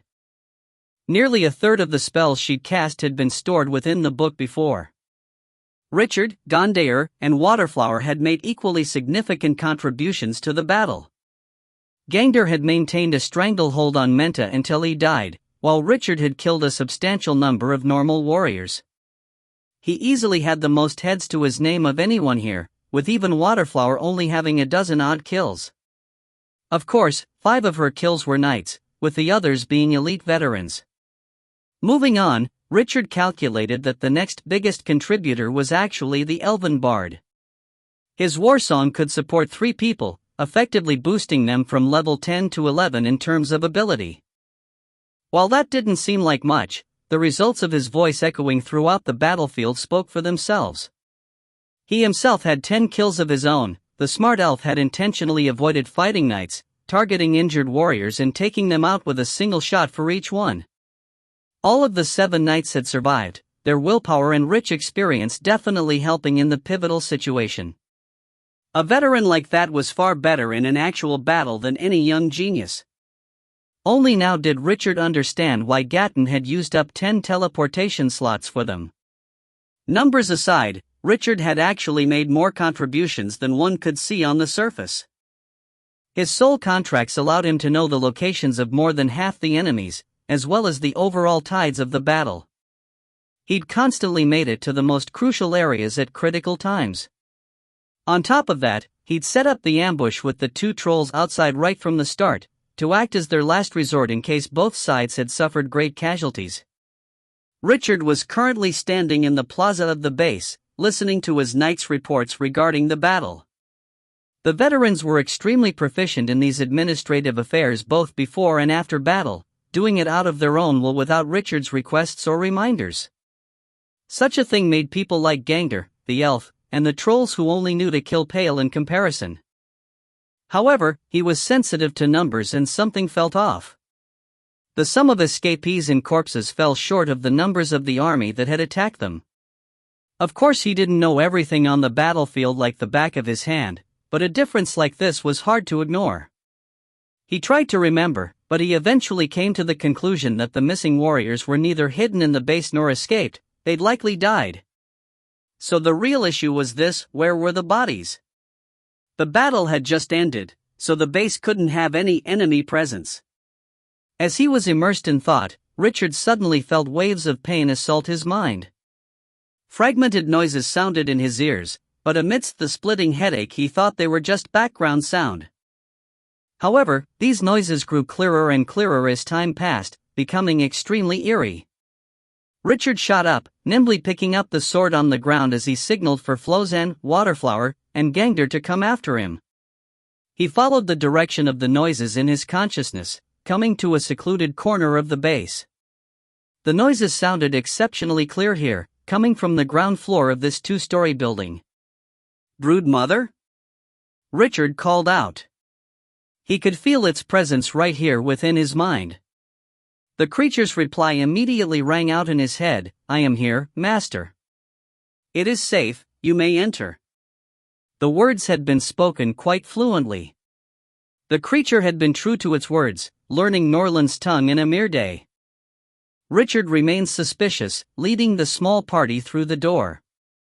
However, he was shocked by the sight the moment he stepped foot into the building. This floor had originally been a living room, but now everything was in complete disarray. All that was left of the furniture was a pile of rags, leaving a huge empty space at the center of the room where the brood mother was crouched. Its head was down, continuing to chew on broken armor, shields, and weapons. These were the noises that Richard had heard in his mind. Everyone here was shocked by the broodmother's current appearance, even Richard himself. The creature was currently 2 meters long, being a meter tall and wide as well. Before the battle it was less than half this size. Gangder and Waterflower had already assumed battle positions subconsciously, the large brood mother radiating an intense feeling of danger. Even though they'd already seen it before, and they knew that it was a contract creature, it was almost impossible for them to draw connections between that rather large insect and this monster before them. "What's going on?" Richard asked in shock. "These metals can strengthen and harden my armor. Everything I chose was scrap, there was no way to reuse it." Richard was shocked once more, but this time at the creature's intelligence. It was barely a day old, but it was already familiar with the concept of value. Even as he talked to it through their soul link, it didn't stop eating once throughout the conversation. The tough metal was easily crushed in its mouth before it swallowed, drool dripping onto the armor and weapons every now and then as it sizzled a hole into the alchemic metals. Gangder and Waterflower grew more alert at the sight. The battle might of the brood mother was still unknown, but if one came into contact with its saliva, the consequences were obvious. If you find any errors, ads pop up, ads redirect, broken links, non-standard content, etc., please let us know. Report chapter so we can fix it as soon as possible. Book 2, Chapter 19. Growing Up, 2. The broodmother's abdomen had devolved into a big round ball, out of proportion with the rest of its body. The creature's shell was almost bursting apart, a few transparent wings popping out of the cracks. The mere size of the broodmother had already ensured that these wings were mere decorations now. The broodmother stopped in its tracks, its abdomen expanding quickly as a cracking sound emanated from its body. Fissures started to appear all over its dark black shell, widening as they leaked a yellow liquid. The liquid vaporized as soon as it came in contact with air, soon forming a black mass. Everybody, Richard included, was bewildered by the creature in front of them. It had literally doubled in size once more just now. They also felt a sudden sting in their eyes, tears rolling down without control even as their skin started burning. Although most of the gas had solidified, whatever did remain seemed to be very corrosive. The broodmother spoke again, "I produce a large amount of acidic gas when I grow, Master. Please leave for now." Richard led his team out of the building immediately, but the thick gas still rolled out in waves. Eventually, Flozen had to dispel the corrosive effect on everyone. What Richard didn't see was the huge pile of bones behind the broodmother being corroded rapidly by its acidic fluids. This was the source of the gas, but the creature didn't want Richard to see that. Moments later, all that was left of the bones and wreckage was a lump of black ash, with no way to tell its original form. By the time the gas completely dissipated, the brood mother had grown once again. This time, it was half a meter wider and longer, looking even chubbier than before. It was almost impossible to tell head from tail, and while its body had grown, its pincers and limbs had not, making them seem rather out of place. At that point, even leaving the room grew difficult due to the creature's increased size. The entrance had now grown too small for it to pass through, causing it to let out a sound of annoyance before it charged forwards and broke apart the frame to get through. This took out half of the building's walls as well, and the ceiling collapsed on top of the creature's head. The window and balcony caved in as well, burying the brood mother underneath. It shook off the rubble, crawling out as if it was nothing. 2 knights had been alerted by the collapse, and they were shocked as soon as they saw the brood mother. They readied themselves, entering combat positions as they called for help and cordoned off the route to the rest of the camp. However, Richard came over and stood by the brood mother's side, tapping its shell as he spoke to the 2 knights. "There is no need to worry. This is a brood mother, a creature contracted to my soul." The 2 knights shared a look of incredulity, one of them shuddering involuntarily as he looked at the bee-like creature before saying, "All right, master. But it seems like a good idea to keep your distance from the creature." The brood mother propped itself up, waving its mandibles at the knight menacingly. Its actions seemed to take effect, as the knight jumped back into a stance. It only calmed down a little when Richard tapped its shell once more. There were a lot of things left to do after the battle, so Richard dismissed the rest of them as he stayed behind to communicate with the brood mother. It delivered all the information it had over to him in an instant. The creature was still in its larval stage, but it was more than half of the way to evolution.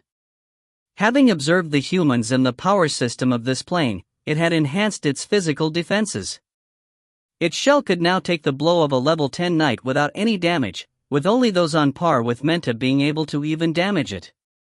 In terms of magical defense, it was almost immune to acid, poison, cold, and electricity, fire being the only major element able to hurt it. Its ultimate offense now lay in its soul attack and the acid it could spew. The acid spray had a short range, only 10 meters, but if one got hit by it, even a fully armored soldier could only resist the corrosion for a minute at most. Outside of its reduced movements and the lost ability to fly, the brood mother was actually a force to be reckoned with. And even though its oversized abdomen seemed weak, it was multi-layered and made of a substance similar to its hard shell that could only be cut open by a knight with a heavy axe. The arrows of archers like Ola wouldn't be able to penetrate it. This evaluation had come from the brood mother itself after the day's battle. Its clear and simple analysis surprised Richard, yet again reminding him of its intelligence. Its head was about as large as a regular human's, but the creature told him that it wasn't a critical component of its body. It had more than a dozen brains, most of them safely protected by the thick shell of its chest. Still in its larval phase, the brood mother needed to consume a lot of food. Once it finished the report, it asked Richard permission to hunt. "Will you even be able to catch prey?" Richard asked, "Or should I have Ola come along?" He was rather doubtful of the brood mother's speed, and its soul attack and acid spray were pretty limited in their range. "I can breed drones right now. They will capture my prey. Flesh and blood are the best food I can have at this stage." The brood mother seemed to be implying something, and Richard instantly remembered the hundreds of bodies in the camp. He lowered his voice, "No humans, but other than that I'm not interested to know. Do you need anything else? I'll try my best to get it for you. The drones will be enough." Permission granted, the brood mother slowly crawled out of the base. It seemed rather displeased with its own speed, flapping its wings several times to no avail. It took off several times, but it always fell back within 10 meters, having to crawl again. Even aware that this was their master's contract beast, the knights couldn't hide their faces of shock. They'd seen many powerful beasts on the battlefield. Gatton's own mounts were majestic creatures, but the one before them gave these veterans a feeling they'd never felt before. And it was not a good one. If you find any errors, ads pop up, ads redirect, broken links, non-standard content, etc., please let us know. Report chapter so we can fix it as soon as possible. Book 2, Chapter 20. Responsibility. Cleaning up the battlefield was an arduous task. The knights dragged the corpses out of the base, collecting their amour.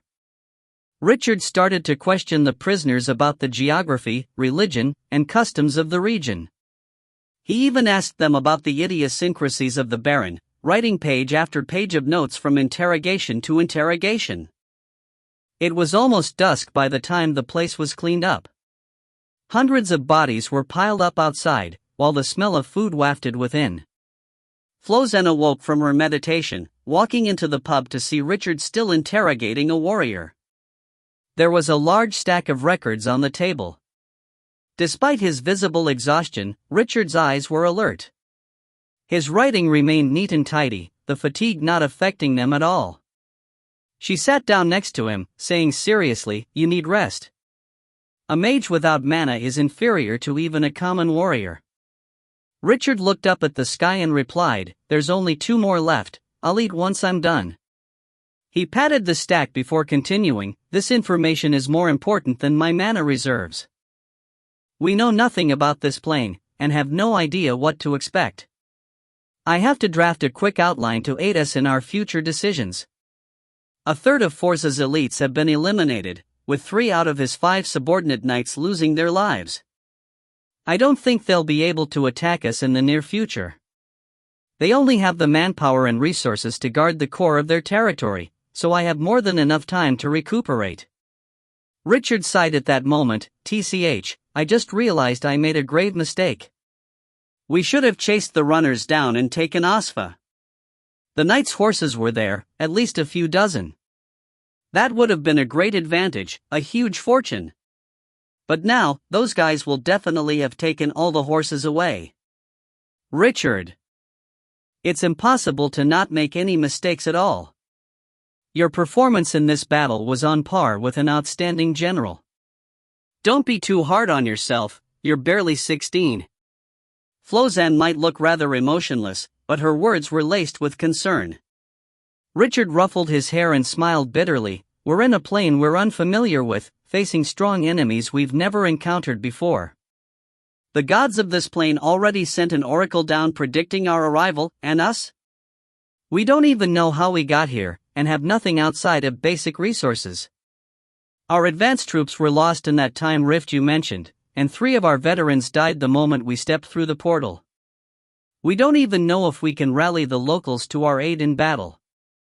We have no room for mistakes. Flozan put her hand on Richard's to comfort him. "You have to calm down. You can't stress yourself like that, you are our leader. And that is not something I'm just saying. You have the greatest power amongst us, and you're a rune master on top. You also have the blessing of the eternal dragon himself. The brood mother and I are the greatest proof of that, no? As for the oracle from the god of valor, it should only have predicted the position of our portal from the space-time fluctuations it caused. It's unlikely for him to know our next plans. If their god really was that powerful, Kojo wouldn't have been the only one waiting for us. You should also remember this: if anything happens to you, none of those contracted to you will survive. That seems to be a large responsibility." Richard sighed dejectedly, but Flozan looked him in the eye. "But it was your choice. Wasn't it?" Richard nodded, a smile finally returning to his sullen face. "I know what to do now. We have enough resources for me to make a total of 4 runes.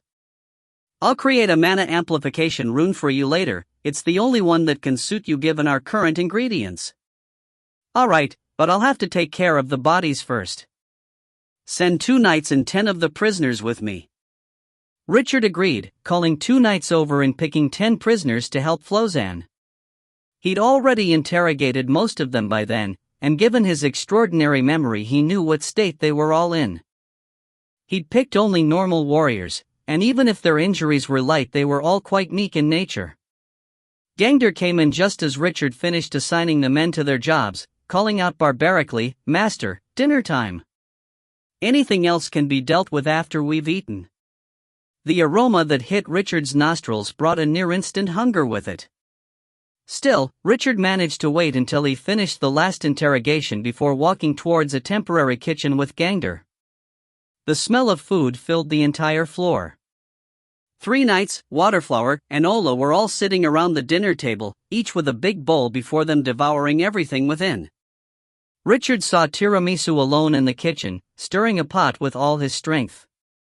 It seemed like this food that everyone was in love with came from him.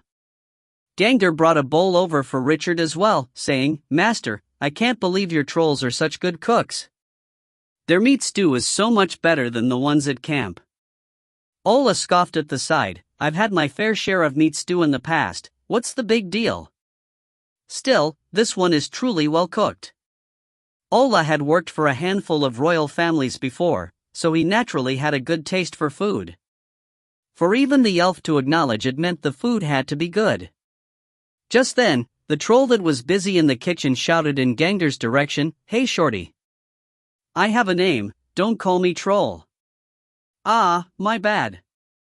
Gangder raised his arms in surrender, "Alright, medium rare." But then, medium rare roared from the outside, "That's me. He's Tiramisu, Shorty." The bigger troll peeked into the restaurant, glaring at Gangder as if he was about to attack the man. Richard quickly stood up to stop things from escalating. Alright, Gangder didn't. However, when he turned to see Gangder's sneaky face, he was forced into an awkward silence. He wanted to say Gangder didn't mean it, but this fellow had done it on purpose. Gangder laughed loudly at the scene before him. "Right, I did it on purpose. I'll call you by your names, but you can't call me Shorty." "Deal." Tiramisu and medium rare echoed. Richard shook his head and sat down, all ready to dig in. He tried a spoonful of the stew. It was indeed delicious, cooked to utter perfection. This was better than anything that the Arcaran chefs had ever cooked, only slightly behind the chefs of the Deep Blue itself. "This is really good," Richard complimented. "Of course." The two trolls answered proudly, "We are gourmets." Halfway through the meal, Richard stopped abruptly. This attracted Waterflower's attention while Gangder asked, "Are you all right, master?" Richard quickly reverted to his normal self. "I'm fine, eat up," he said, continuing to finish his food. He just felt a worrying decrease in the broodmother's power, but that had gone back up just as fast, so he was relieved. If you find any errors, ads pop up, ads redirect, broken links, non-standard content, etc., please let us know. Report chapter so we can fix it as soon as possible. Book 2, Chapter 21. Responsibility 2. The broodmother was laid on its stomach in the forest nearby, its shell creaking and cracking everywhere as it grew once more. Its swollen abdomen had grown relatively smaller, implying that it had already consumed most of the stored food. This growth spurt put the creature at more than 3 meters long, and about as tall as an adult human. However, its limbs, pincers, and head had little changes to them. The broodmother staggered forward, leaving 3 translucent oval eggs behind. They started pulsing the moment they touched the ground, and one could see beings within rapidly taking form and growing. Pincers pierced through the eggshells, and half-meter-long worker drones that looked like the young broodmother crawled out. There was about 10 minutes of difference between the creatures being laid and breaking out, and just like the broodmother, the first thing they did upon coming out was to consume their shells. They then shook their bodies as their outer shells hardened, growing to near a meter in length by the time the process ended. The worker drones spread their wings and flew out, soaring in a circle around the broodmother before swiftly heading into the depths of the forest. The broodmother itself lay quietly in its position, looking like a black rock under the night sky. The weather remained pleasant, with stars littering the sky. The moonlight itself was dim, but there seemed to be a thin veil of gray shrouding the forest. The broodmother suddenly moved its body at one point, withdrawing into the shadows of the trees as it was put on guard by human voices in the distance. However, it smelled something familiar and opened up once more, laying down quietly in the forest again. Hundreds of meters away, an open space in the forest was illuminated so brightly that it practically looked like day. 10 of the prisoners had dug 2 pits, one large and one small. They moved their fallen comrades from a cart into the larger pit, supervised by 2 Arcaren knights in full armor. The 2 titled knights and the novices were placed in the smaller one, obviously with preferential treatment. This wasn't just in line with the traditions of this plane, it followed Norland customs as well. Nobles and commoners were different, even in death. The bodies were quickly buried, and Flozen had the knights escort the prisoners back, saying she still needed to pray for a while. The day's battle had left her status second only to Richard in their eyes, so they agreed. Almost all of them owed their survival to her, and now they only felt safe when she was on their side. Flozen stood quietly in place for a long time, watching as the foot soldiers and slaves disappeared from sight. She then opened the Book of Time, flipping to a page with an intricate illustration recording stories of the eternal dragon's priestesses wandering the plains. They spread the dragon's teachings, searching for and curing a magic plague called the Paling Decrepitude. There was a strange spot of light in the picture. Flozen looked at its location, and headed deep into the forest. A bear roared out somewhere in the woods. One of the workers flew over to the brood mother and threw a rabbit towards it before returning, while the shrubs rustled as another dragged in a grey wolf larger than the drones themselves. A furious snarl soon erupted nearby as a plump black bear charged out, another of the workers flying not far ahead of it. The bee-like creature flew along leisurely, always low enough for the bear to attempt clawing at it but still able to soar and dodge them by a hair's breadth. The bear itself had an obvious injury on its head, evidently a result of a fierce bite from the drone. Seeing the bear pouncing towards it, the brood mother excitedly stood up and crawled forwards. When the opposing creature was about 10 meters away, it sent a mental attack on its mind, causing the black bear to suddenly stiffen before it rolled on the ground in pain. Moments later, it moved no more.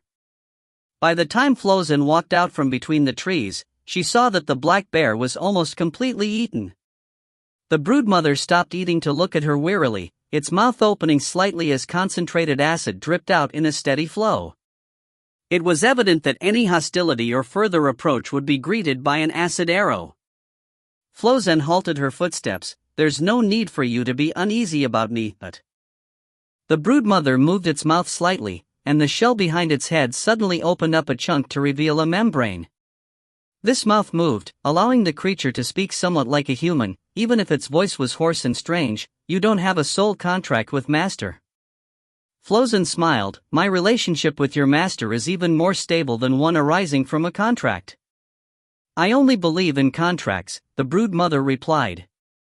"Why don't you link to me?" Flozen suggested. "That way, we'll be able to communicate with our minds." The brood mother rejected the thought immediately. "Your divine force is powerful.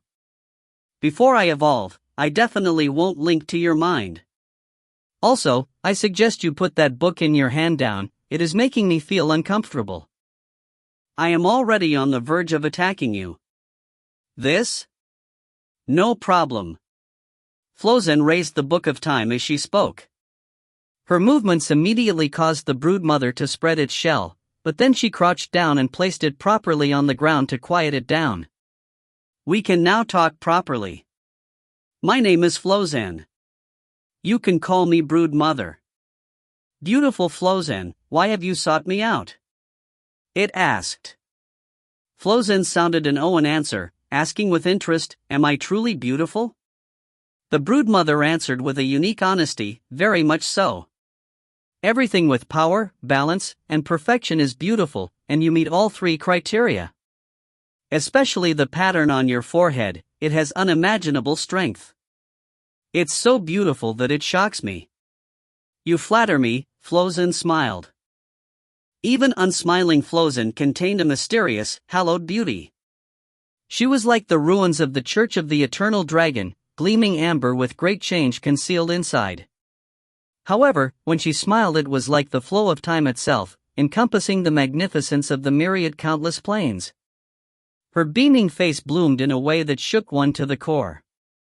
However, the priestess quickly withdrew that smile and stated solemnly, "Richard, your master, is not in a good state. He is very much in need of your strength. I'm working diligently to grow, the broodmother answered. In fact, you're disturbing my meal. Flozen took a look at the black bear that was almost completely destroyed, asking, does this sort of food satisfy you? How far are you from full maturity? The black bear is very good and powerful. I am currently 3/4 of the way to evolving. Very powerful, Flozen astutely caught the phrase used, so besides flesh and metals, you need beings of great power as you feed in your larval form? Flesh and metal are the basis of my growth. The more powerful my meal was in life, the more useful it is to me. I can analyze the source of their power, making use of it for myself. Once I evolve, I will need food with mana in it. Very good, Flozen nodded, come with me. I believe there is food that will be of use to you over there. The broodmother hesitated for a moment, but eventually followed the priestess. The rest of the black bear couldn't be wasted, so it summoned 2 of the drones back to drag it over. Flozen led the broodmother to the open space where the dead warriors had been buried. The creature spread its shell in excitement once it reached the area, but after several steps it stopped. Master said humans are not food, it said. Humans can be friends or enemies. There is no need to hesitate over eating those who want to kill you. What's more important is that Richard needs your strength. But Master, the broodmother still held back, but after reaching this place, the black bear was no longer attractive to it. Richard abides by his own thoughts and principles. That is a source of incredible will, and is also why people will follow him, but I shall take over for the necessary things that he does not have the ability or desire to do. Broodmother, there is no need to hesitate. This is my responsibility. You are smart, and you should realize that this applies to both you and your master. Your principles only matter if you can stay alive. The broodmother didn't move, but the 2 drones quickly tossed the bear aside and flew over, shoveling at the ground to reveal the corpses buried underneath. Right at the center was Sir Menta, still in full armor and helmet. His large damaged shield covered his body, while the Morningstar was placed in his hand. The broodmother shifted its body, crawling to the open space. A giant shadow slowly covered the knight who had been consigned to eternal rest.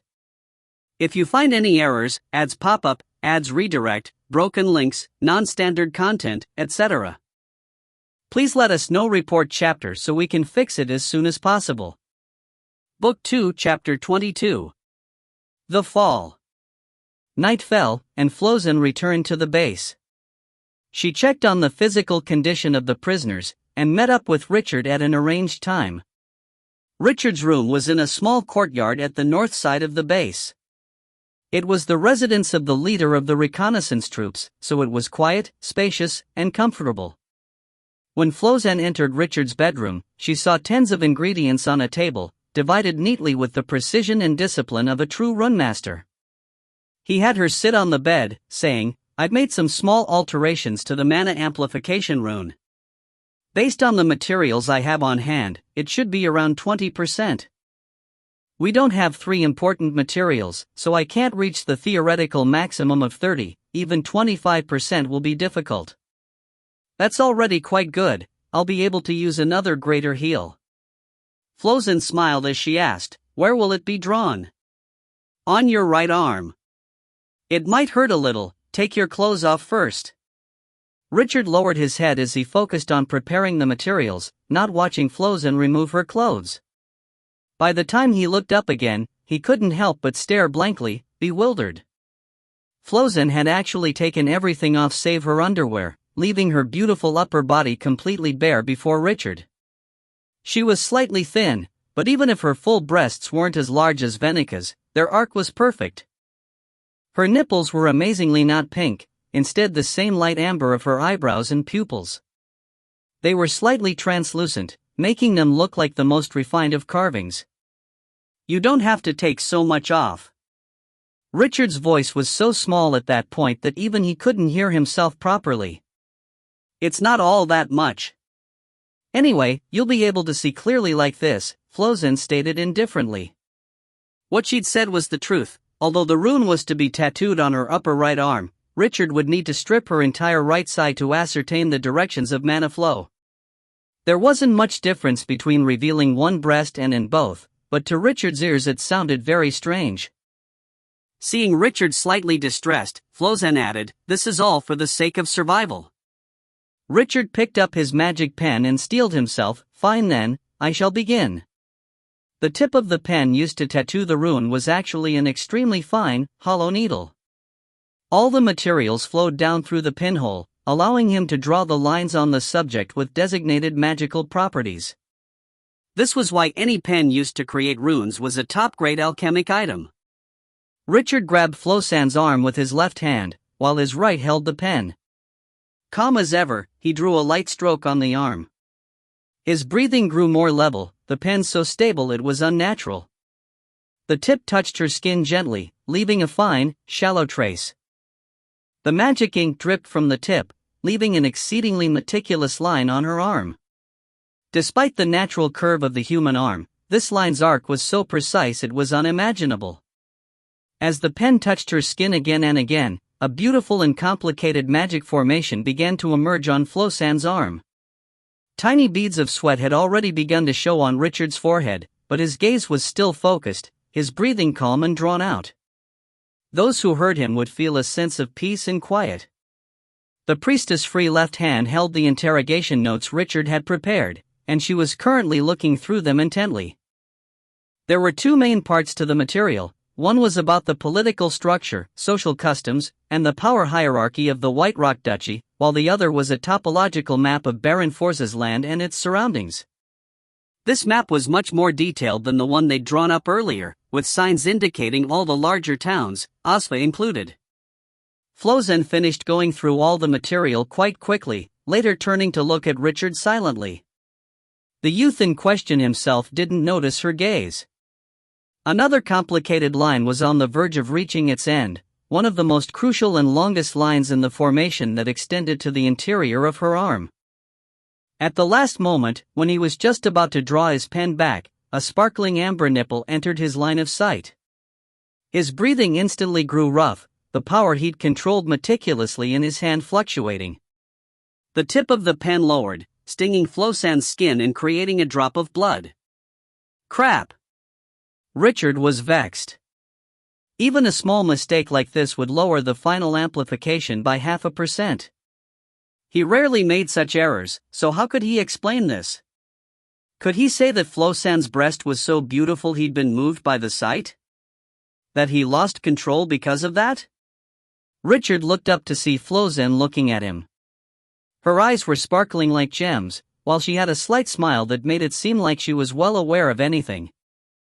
Before Richard could say anything, her uniquely hoarse and slightly rough voice that was like a grain of time sounded indifferently. "I believe even a Grand Runemaster would definitely have made 3 to 5 mistakes by now." Richard immediately felt relaxed, heaving a long sigh. He was about to explain that this was the first time he was drawing a rune on someone else's body, but to his surprise Flozen continued, "But you really shouldn't have made a mistake like this." All explanations were forced back in his throat. Flozen then continued, "Actually, you can look as you wish. You can touch if you want to as well." If these words could be considered powerful blows, her last ones were the ultimate, "anytime you want," but... That's not what I meant." Richard suddenly felt his gift of wisdom leaving him. She smiled, "It's fine even if you did mean it. You'll look and touch in the future anyway. Once you're more used to it, you won't mind much." Richard found himself speechless once more, and decided to just not explain as he continued his work. However, since he could, he stole a few more glances at Flosan's breasts before he continued. As expected, that was effective. He reached a third of the way through the rune as planned, making no more mistakes. Richard looked up after finishing the last line, his gaze naturally landing on Flosan's chest as he praised, "Very beautiful." Flosan straightened her back as she answered, "They're also springy. Want to give it a try, a dot?"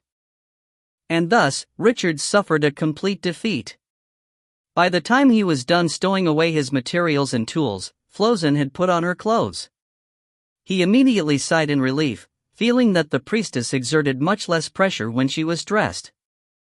Flosan waved the notes in her hand. "All these notes Are you planning on taking on some of the people of this plane? Richard nodded. That's essential.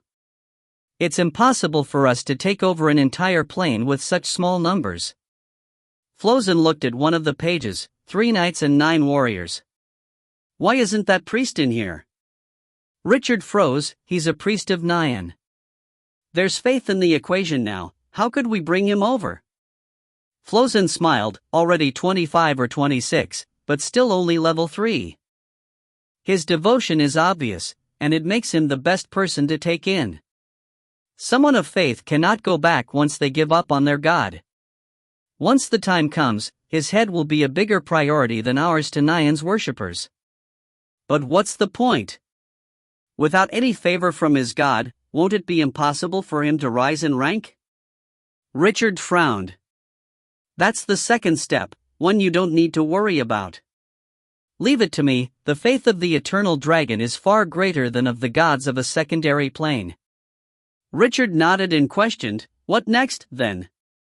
Use the methods you used on those 2 warriors on him. If you find any errors, ads pop-up, ads redirect, broken links, non-standard content, etc., please let us know. Report chapter so we can fix it as soon as possible. Book 2, Chapter 23. The Fall, 2. A short while later, miserable cries rang out from the interrogation room once more. The priest's voice was high-pitched and bright, the sheer volume of the scream showing his ability to praise his God. It was a pity, however. Despite his age, he was only level 3. That showed how great his devotion was. The priest, Marvin, first cursed Richard loudly. However, that quickly devolved into prayers to his God, and not long after he was begging for forgiveness. A bout of pure misery later, he quieted down. The entire process took less than 3 minutes.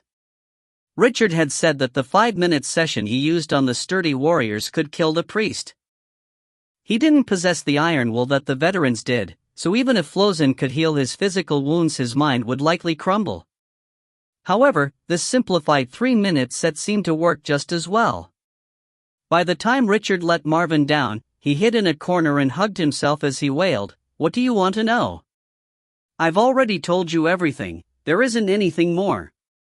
I even told you about the church." Having said this, the young priest actually hugged his knees and burst into tears. "Quiet," Flozen stated indifferently, and Marvin immediately withdrew his tears. To him, Richard's torture was nowhere near as terrifying as this cold rock in front of him, who'd constantly cast lesser healing spells to make it impossible for him to faint. "Stand, Dot." The young priest bounced off the ground immediately, his back sticking to the wall as he stood ramrod straight. "How many lesser heals did I use just now?" 8. Marvin answered instantly. However, he suddenly realized the meaning of that after he said it, and couldn't help but begin to tremble. Richard shook his head. Flozen evidently had much more control over the situation than he did, so he silently went to the side to clean his tools. However, just as he turned away, he heard Flozen call out to him, "Richard, give him another round." "No!" Marvin yelled, and no. He pounced towards Flozen, looking like he was about to grab her thighs as he begged, "I'll say anything, I'll do anything. Please, no more." Flozen took a small step back, just enough to escape his embrace. She then bent over, placing her right index finger by her lips in a shushing gesture. Marvin's cries dissipated even as he maintained posture, his 2 hands outstretched in a mock embrace as he froze in position like a statue. Their faces were now no more than 20 centimeters apart. Flozen's eyebrows raised, and Marvin slowly nodded. However, he obviously didn't understand what she meant. She pointed at the wall once more, and Marvin immediately retreated to his original position, standing straight against it. "You're willing to do anything?" Flozen asked. "Yes." Marvin was extremely resolute. "Then surrender." "All right," came the answer, but only then did Marvin start to feel slightly dizzy. Surrender? How would that work? He was a priest of the god of valor, and only level 3 at that. If he betrayed his god, he would drop in level, being unable to even use divine spells anymore. What use was a priest without his spells? He tried to think harder. These invaders were the natural enemies of the gods of this plane, or at least of the god of valor. Even if it wasn't too late for him to change his faith, it was impossible for divine force to traverse the countless planes. Even if there was a god in that other plane, how many years would he have to work to return even to his current level? However, Marvin did not look confused in the least. There actually wasn't much difference between a level 1 priest and a level 3. They were all trash, just of a different standard. Flozin turned to Richard, smiling as she said, "Look, he's already surrendered." How easy. Richard almost fainted at that point. Indeed, it was easy, but that was a problem. It made his words worth little, but Flozin likely had more in store for that. As expected, she gave Marvin a piece of paper and had him draw the sigil of the god of valor on it. Marvin looked confused, but he didn't dare go against her words. He even infused a bit of his divine force into the sigil, drawing it out completely. He wouldn't dare play any games in front of a priestess who could easily cast 8 lesser heals. Flozin gave him another piece of paper and instructed, "Recite this." Seeing the short few lines on the paper, Marvin's hands began to tremble. His face finally turned pale, as he looked up at Flozin and then at Richard. This time, Richard's bloodstained tools finally served their purpose. He lowered his pale face, beginning to chant the words on the paper phrase by phrase in a trembling voice. This was a paragraph written in the language of the gods, something that remained basically constant through the myriad planes. It was the first thing he'd had to learn in his training. These words. They were the most vicious of curses against his god. "I hereby swear upon my soul. I shall abandon your so-called glory, and throw it to the dirt." Marvin's trembling grew worse the more he spoke. "Such is my testimony." He felt weak the moment he finished, his face turning an unusual red as all the divine force in his body began to burn up. The scorching pain wasn't as bad as Richard's torture, but it wasn't far apart. Thankfully, he was only a level 3 priest. Had he been level 10, then the burning of his divine force would leave him dead. As someone who had once been a servant of this god, the curse would bring his god's attention on him. It could be said that Nyan paid more attention to Marvin then than at any other moment in the priest's life. Flozin flipped open the Book of Time, a stream of light shooting out of the page. It formed a wisp of the golden sands of time, emanating an aura of dignity that came from the will of a supreme deity. Let go of your mind, and use all your soul to take in the favor of your new lord. What you see now is what you will pray to for the rest of your life. Flosan's voice was solemn, and the Marvin who was being burnt by his divine force could endure it no longer. He knelt down, beginning to pray loudly towards the wisp. Just as the prayers left his mouth, it turned into a strand of golden light that charged into his body, becoming a freezing cold that suppressed the heat. A light golden luster suddenly surged out of Marvin's body. He took a look at his hands, unable to believe his own eyes. In that short period of time, he who had lost all grace felt the new divine force filling the gaps left behind by Nyan's power. His strength actually rose rapidly, only stabilizing once he reached level 6. However, the golden flames blazing on his body seemed slightly pale, and there was a slight scent of rot on him that was starkly different from Flosan's power. Marvin placed his hands before his eyes and took a close look, his body beginning to shudder slowly. He looked up, forcing out a question after a struggle. "I've fallen?" Flozin closed the Book of Time, speaking indifferently. "Congratulations, you're now a fallen priest. Now, feel the great power you've been granted." A priest would face divine punishment if they cursed their god, the most common of which was having one's divine force burn out. If they could get through that without dying, then another god could take them in. Many evil gods welcomed fallen priests, with some instances of the reverse as well. The problem was that although such priests could obtain the divine force of their new god, the mark of the old one would not be erased. Thus why they were called fallen, their expertise wasn't in spreading faith, but in eliminating the worshippers of other gods. Marvin's eyes stared hard at the Book of Time in Flosan's hands, and he took a step forward with the desire to touch it. However, Flosan's eyes flashed the moment he got close, and his fingertips burnt a pale gold. The pain was so bad that Marvin began to cry miserably, and in the blink of an eye he was sweating profusely. "You can burn his divine force?" Richard was astonished. Flosan nodded. "His fallen divine force is under my control. The burning of level 6 divine force can weaken him, but at level 6 now betrayal will cost him his life. This is just a small warning. Now that we're done with the punishment, we can stop." The flames burning Marvin's fingers disappeared as Flosan spoke, leaving no traces of injuries at all. However, the soul-rending pain had been carved into the fallen priest's mind. "Go back to the prisoners, and hear what they're saying," Flosan instructed, and Marvin immediately followed a foot soldier to leave.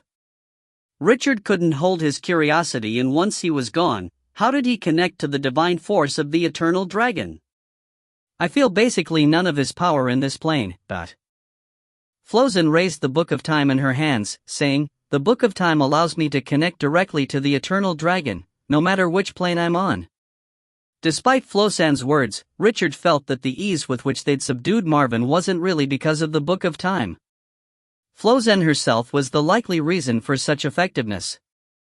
However, it was late into the night. He sent Flosan off to sleep, while he returned to his room to meditate and restore his mana. If you find any errors, ads pop up, ads redirect, broken links, non-standard content, etc., please let us know. Report chapter so we can fix it as soon as possible. Book 2, Chapter 24. Preparation. The next 3 days, the base was bustling with activity. Olaf, Gangder, and Waterflower took turns to guard against surprise attacks by the Baron's troops, while Tiramisu spent day and night transcribing language proficiency scrolls, or just directly casting it on some. Trolls were an impatient race, and even his side job as a chef didn't help increase the mage's restraint. In fact, the troll felt like the dull work was torturing him to the verge of insanity. However, he was smart, and wouldn't let his dislikes affect things of true import. With these scrolls, everyone would be able to learn basics of this plane's common tongue, including the 7 knights. Although it would take time to grow fluent in it, speaking it at all would be a significant first step in gaining a foothold in this plane. Their return route long broken off, their best-case scenario upon failure was currently death. Tiramisu wasn't really fond of work. However, if the alternative was death, then he considered being able to work a blessing. As for the tedium of it all, the clever troll knew to compensate himself with delicacies. Every day, all he did was copy the scrolls, sleep and eat. The most unique gift of troll mages and priests was that they did not need to meditate. Sleep was the best way for them to recover mana. In fact, rest for them was even more efficient than meditation was for a human mage. Medium Rare was preoccupied with an entirely different matter. He took on as much of the intense labor as he could, using his free time to repair the steel armors and weapons in the forge. The trolls left their human comrades in shock once more. Rare was as skilled at the craft as a dwarven smith. Although his job was just as dull as his brother's, Rare considered this to be a chance to hone his strength. That was the most important attribute of a troll, the one thing they were most proud of. An increase in sheer strength translated into both offense and defense. Their striking power would grow, while they would be able to wear heavier, more powerful armor. Moreover, increasing their strength was a direct way to increase their level. Trolls also had great energy reserves, although they didn't rely on that as much as human knights did. Their strength always made battles easier anyway. Medium Rare felt like he wasn't far from getting to level 11, something that would allow him to add 20 kilograms to the 100-kilo hammers of his. If he accomplished that, he could send even the strongest of knights flying with a single swing, with even titled knights having trouble. Someone like Sir Menta may be able to block a few blows at that point, but even so he wouldn't be willing to fight Rare head-on. That would be like digging his own grave. Everyone was busy in their own ways. Waterflower was working on new clothes. She'd been stubbornly attached to her white trousers, but she didn't like how restricted she felt in them. She thus tore the corners apart, making them more like a skirt. She still remained barefoot all the time, but that hardly stained her snow-white soles. Another thing she was working on was the Shepherd of Eternal Rest. Whenever Waterflower held the dull longsword in her hands, one was left feeling nervous and uneasy. Ola, on the other hand, continued trying to get close to Waterflower and win her heart. The bard came up with a new poem every day, presenting it to the girl who never smiled. It was rare to see him practicing anything at all. It was like chattering nonstop was the route to him leveling up. Otherwise, it would be really hard to explain how he was level 9 at this point. Having been caught between the two beauties of Flozen and Waterflower for a brief period of time, he'd instinctively ended up distancing himself from Flozen and choosing Waterflower instead. He was captivated by her wild personality, and the way she never directly rejected his flattery, tests, and even subtle pursuit egged him on both directly and indirectly. As for her new fashion, he never held his praises back, always gasping in admiration.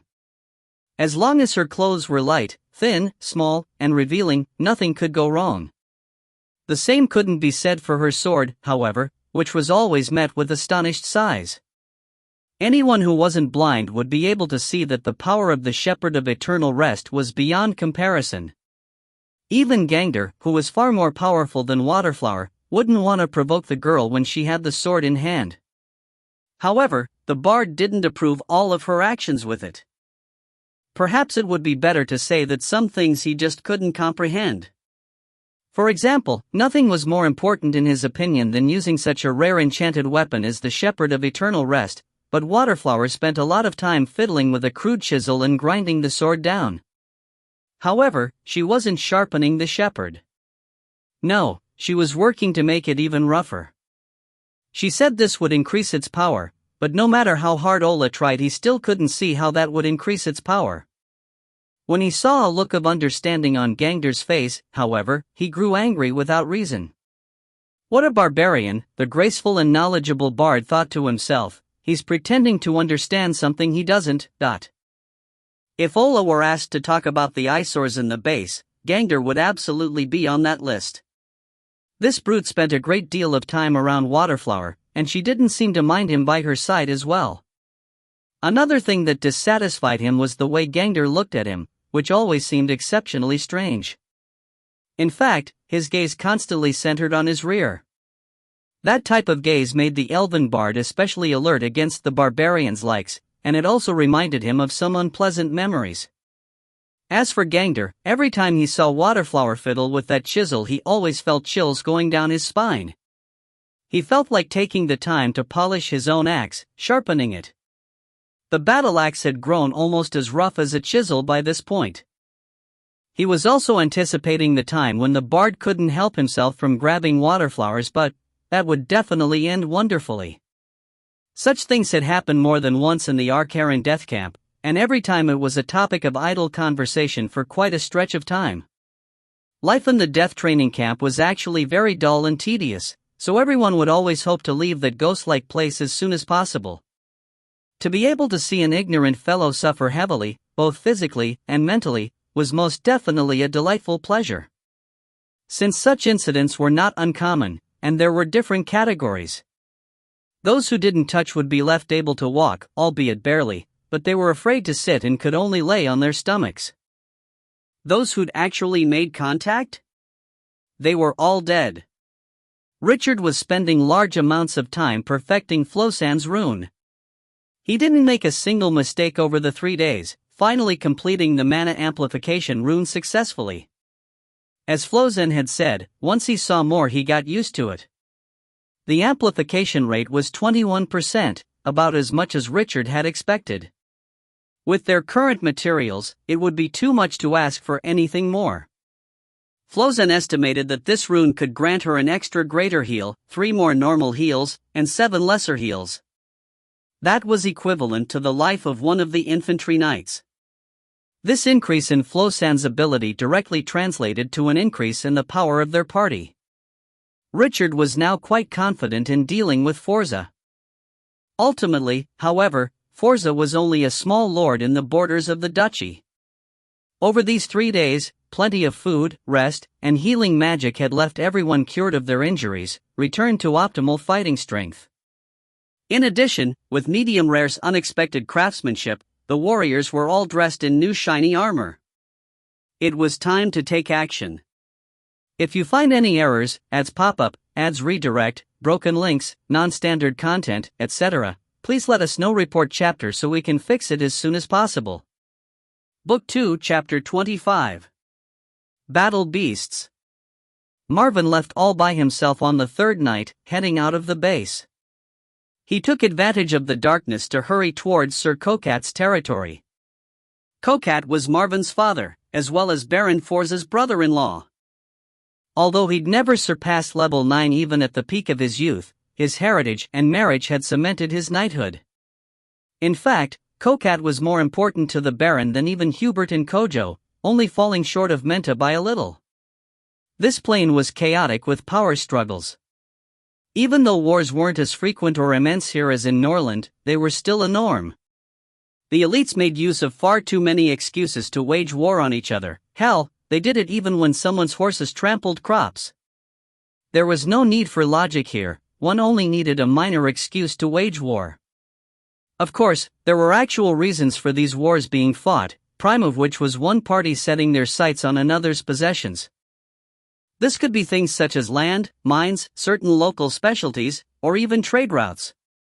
Of course, those fools who fought to take their enemies' daughters or wives had already been eliminated over time. Menta was a formidable fighter and commander that could not be missed, and Kokat was well aware of this. He'd always been a pragmatic person who could analyze the situation, and knew that his marriage alone would not be enough to give him full control of his lands. Marvin had decided to look for Kokat for that very reason. If one wished to persuade him to stand on the side of the invaders, helping them at least from the dark. Richard had faith that Kokat would be convinced. After all, his only son had become a fallen priest, an arch-enemy of the god of valor. One source of Marvin's confidence in being able to convince his father was that Flozin could offer a path to faith. The god of the invaders was so strong that they could infiltrate their plane. The primary reason the locals of a plane put everything into eliminating invaders was because their gods had a clear stance on them. No matter how powerful these intruders were, as long as the gods were willing to pay enough of a price, they would be able to at least drive them away. However, these invaders were different. Although they were much weaker than previous ones, they had the ability to provide faith. This lost the local deities their advantage in that respect, perhaps even reversing it. That was something he'd understood well from his experience.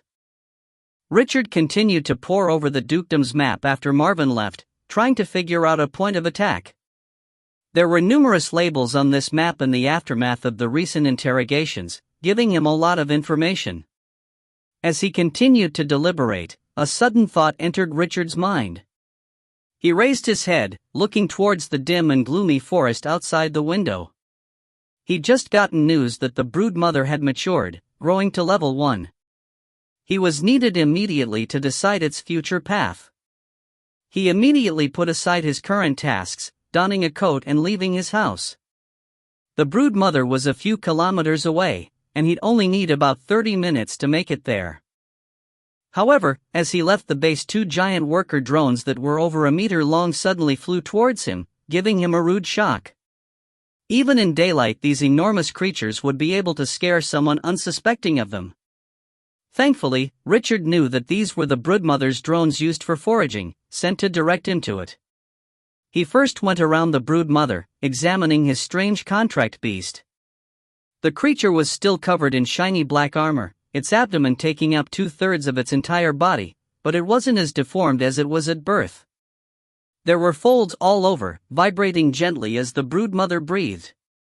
The head was almost the same as when it was first born, difficult to spot against its current frame.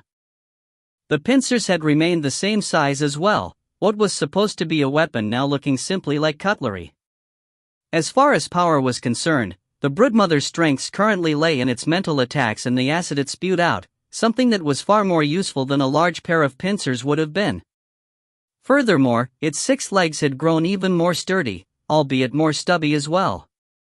They could support its weight, but speed was a problem. Were there any other changes when you matured? Did you get any other means of attack or defense? Richard asked excitedly. The broodmother's voice sounded out in his mind, "No, master. I'm not meant to fight in battles myself, and my mental attack and acid are my only ways to do damage. However, those are only self-defense mechanisms. Only when enemies are within a 30-meter radius of me can I use them, and if they choose to flee it's impossible for me to catch up. However, now that I've matured I have the ability to create attack drones.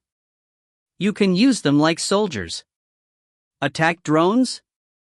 The concept was unfathomable to Richard. "You mean like those workers?" The broodmother explained, "Somewhat, but not entirely the same. The workers were the only drones I could conjure in my infant stage, and they have limited energy. They're only comparable to sturdy wolves at best, so even a low-level warrior with the right equipment could take them down. Their primary purpose is to forage for food, not to protect me." Richard nodded. The workers were all bark and no bite, with many more terrible monsters out there. Other than a limited ability to produce paralyzing venom, they had no special ways to attack. A level 5 shield warrior could easily defeat a few of them at the same time. The broodmother continued, "The attack drones are different. Their sole purpose in life is battle, and that will remain the same unto death.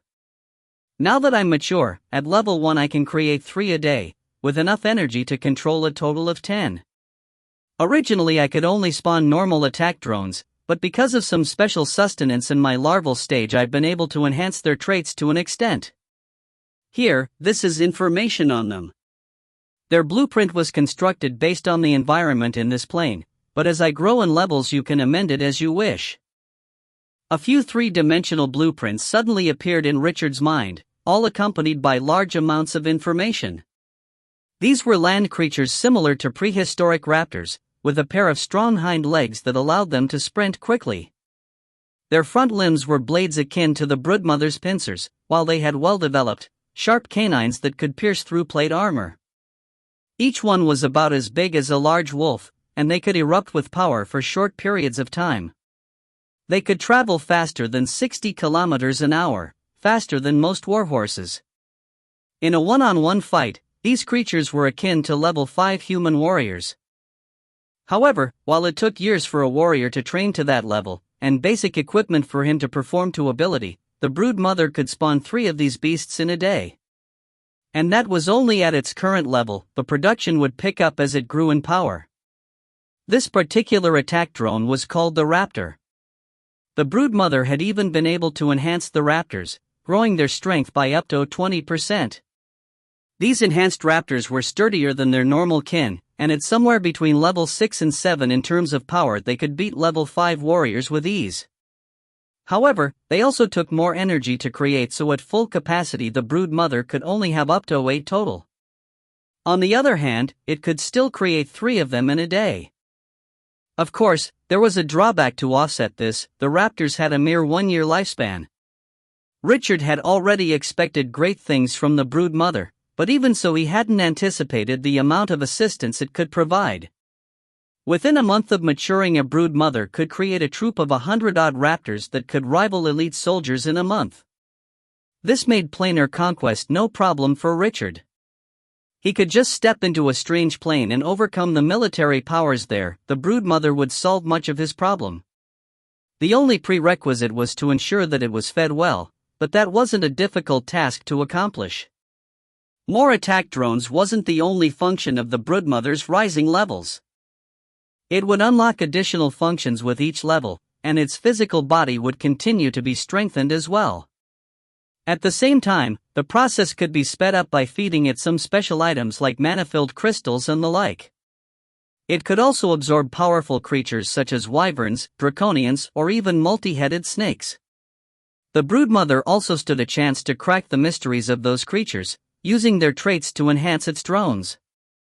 For example, the strength enhancement to the attack drones was uncovered because the broodmother had consumed a creature of great strength. Of course, what Richard didn't know was that the person who'd made such a special contribution to the broodmother was Sir Menta. Considering that Flozen would be supporting his troops, Richard decided to focus on individual power over numbers. Could a batch of the strength-enhanced raptors be spawned by tomorrow? I've decided to begin the offense in the morning. Please wait patiently. You'll have the first batch in 10 minutes, the broodmother answered. If you find any errors, ads pop up, ads redirect, broken links, non-standard content, etc., please let us know. Report chapter so we can fix it as soon as possible. Book 2, Chapter 26. Rallying the troops. The broodmother's huge abdomen began to squirm the moment it finished speaking. It quickly laid 3 eggs in succession, each more than a meter tall. The shells were a pale green, and started vibrating the moment they fell to the ground. The powerful beasts within burst out in the blink of an eye, quick and violent as they devoured their shells whole before standing next to the broodmother. Richard felt a cool wind in his mind, coming from 3 more points that had been added to his perception. These were the minds of the 3 raptors. They were connected to him from the moment they were born. Come, Richard tried to command them, and the 3 raptors immediately ran to his side. They stared at Richard, watching him attentively with their small amber eyes. Dense, noxious air spewed out of their nostrils. These enhanced raptors were a lot bigger and stronger than normal beasts. They were almost as tall as Richard standing upright, leaving even the biggest and thickest of blades useless against them. Even a meter-long sword would cause about as much damage to them as an axe swung by an elite. Turn. Stop.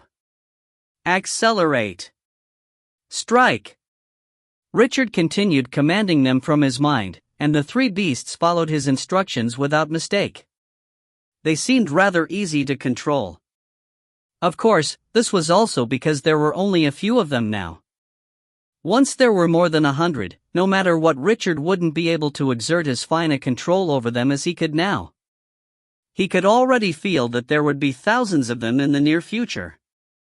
One thing Richard was a little lost about was how he was to handle the broodmother. It could move 5 kilometers in an hour at best, making it quite difficult for it to take part in their attack.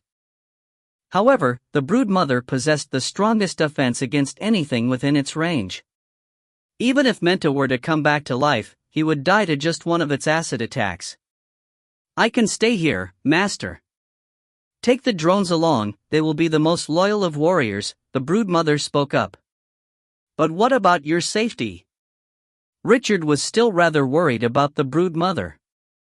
These beasts gave him a profound, direct understanding of its importance. He couldn't afford to lose it or put it in danger. There is no need to worry about me. There are no enemies nearby, only food, and I have 9 workers to escort me now. Besides, I will have new beasts to guard me tomorrow. It is more important for you to destroy our enemies. As far as my knowledge of war goes, we'll be safe once all the enemies are gone. Richard nodded, gently patting the broodmother. Without delay, he brought the 3 beasts along and left in a hurry. He gathered his troops together at dawn the next day, looking around at everyone before speaking up. We have come to this foreign plain, and everyone dispatched before has gone missing. We've endured 2 bloody battles in succession ourselves, and lost 3 of our brothers. Nearly every one of us has been injured. Now, it's time to teach those sons of bitches a lesson. Richard's voice was so clear and powerful that there could be no doubt about his determination and strength. Perhaps it was his elven blood, but he looked so handsome that the only thing missing from him now was an imposing and murderous aura. That was much better than the first time, Flozen commented expressionlessly. As far as rallying speeches go, it was acceptable. Gangder, on the other hand, was very much impressed. He stroked his short, grizzly beard. That was good swearing, boss. Richard didn't know whether to laugh or cry. All of the hard work he'd put into that war cry was wrecked in an instant by the brute's comment. With how important this counterattack would be, Richard had prepared their battle plans with great detail. Almost every famous general in history rallied their troops before war, increasing their soldiers' morale and thus growing the army's power. Although there were only a dozen soldiers, 3 beasts, and a broodmother under Richard's command, that was nearly a small army unto itself. The rallying speech was essential. Richard was well aware that he had to learn to lead troops in battle if he wanted to return to Norland alive. He'd spent the little free time he'd had in the past few days trying to recall famous historic battles and the biographies of revered generals, all in an attempt to learn what he could. 99% of the books he'd read in life were about magic, with so few on war and history that it was almost pitiful. And he'd only read those books in a hurry once he'd reached Faust, so he didn't have many resources either. To nobody's surprise, his first attempt at rallying his troops had failed. At that time, Richard involuntarily thought of Gatton. That unbridled, boorish man always seemed to have a sort of charm to him, but he never seemed to be fake. No matter what someone was following him into, they always ended up feeling more confident. Just like on the night of the sacrifice, whenever he'd seen the view of his father's back, Richard had immediately felt more at ease. Seeing Richard's embarrassed look, Gangder laughed heartily. "Boss, you actually don't need to say so much to us, everyone already knows this. Something like you want us to follow you to do something, right?" He suddenly clenched his fists, punching the thick wooden table in front of him. With an ominous glint in his eyes, he roared, "Kill those fuckers, dot." Richard was caught between laughter and tears. "How?" "Kill them and fuck them, however you want to," Gangder answered, as if for granted. Richard spoke in all seriousness, "But we should be sure of the terrain, enemy numbers, and settle battle plans before waging war, no? Haven't you already thought of all that, boss?" "Yes, but..." Richard was about to add something when Gangder interrupted, "Then we do that." Rendered helpless, Richard took a deep breath and tried to calm himself down, "But my decisions might not always be right." In a loud and casual tone, Gangder exclaimed, "No boss, your decision will always be most correct. You don't have to be humble, no one here would know the situation of the battlefield better than you. Your commands at the battle a few days ago were absolutely brilliant. Every time I felt like giving up, you appeared like a miracle, lending me a hand or having Miss Flosen heal my wounds. You should have seen the look on that Menta fellow's face, it was priceless. I'm definitely not alone in feeling this, boss. Trust that you were born to be a general, and let your talents shine now." Richard's face turned red once again. He had indeed turned the situation around time and time again in their last battle, but that wasn't because of his proficiency in the art of war. Precision allowed him to determine from even the smallest signs who was about to collapse, so he could run up and support them. He could also detected the positions of the people contracted to him, so in that small battlefield it was like everything was transparent to him. The combination of these two aspects, along with a little luck and the massive support from Flosan's endless spells, created that miraculous result. This left him unable to tell whether Gangder was speaking the truth, or singing formal praises for his leader. Gangder was not done, however, especially that call for us to gang up on them in the end. That was practically the bearing of a famous general. Those who ganged up and beat others extended beyond generals and mages. In fact, the gangsters on the streets were more familiar with such things. Richard was left in an awkward position, only bailed out by Gangder following up with another question, "Boss, if you want to rally your troops before war, don't you have to tell us why we're fighting and what we'll get when we win?" The answer was not difficult. Richard immediately replied, "Of course, it's to return to Norland." To his surprise, Gangder merely shrugged. "Going back might not be better than staying here. Besides, to be honest, the goal is too far away. You need to give us something immediate, something tangible. It doesn't need to be a lot, or even grand. For example, I defeated a man at the death camp to steal his meal. I won a fight with a woman, and got her for the night. If you're the first to submit your plaques in a month, you get 2 extra doses of medicine. It's all that simple, but it's definitely effective." Gangder's words left Richard in deep thought. Just as he was thinking, Gangder suddenly yelled strangely. He abruptly jumped across the table, bolting to the other side of the hall. The brute may have been big and sturdy, but his speed and agility did not lose out to that of a rogue. Everyone turned to look at Gangder at once, but that fellow just shocked everyone with the cheek to stand there like nothing had happened at all. His expression remained neutral, betraying no hints of the scene that had just played out. It gave one the illusion that he hadn't moved an inch and had been at the same spot all this while.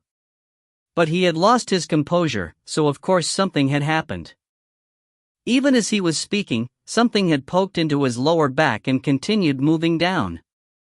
His instincts had fired up in the face of true danger, and as familiar as he was with this killing intent, he didn't spare the time for a second thought before following those instincts to flee to safety.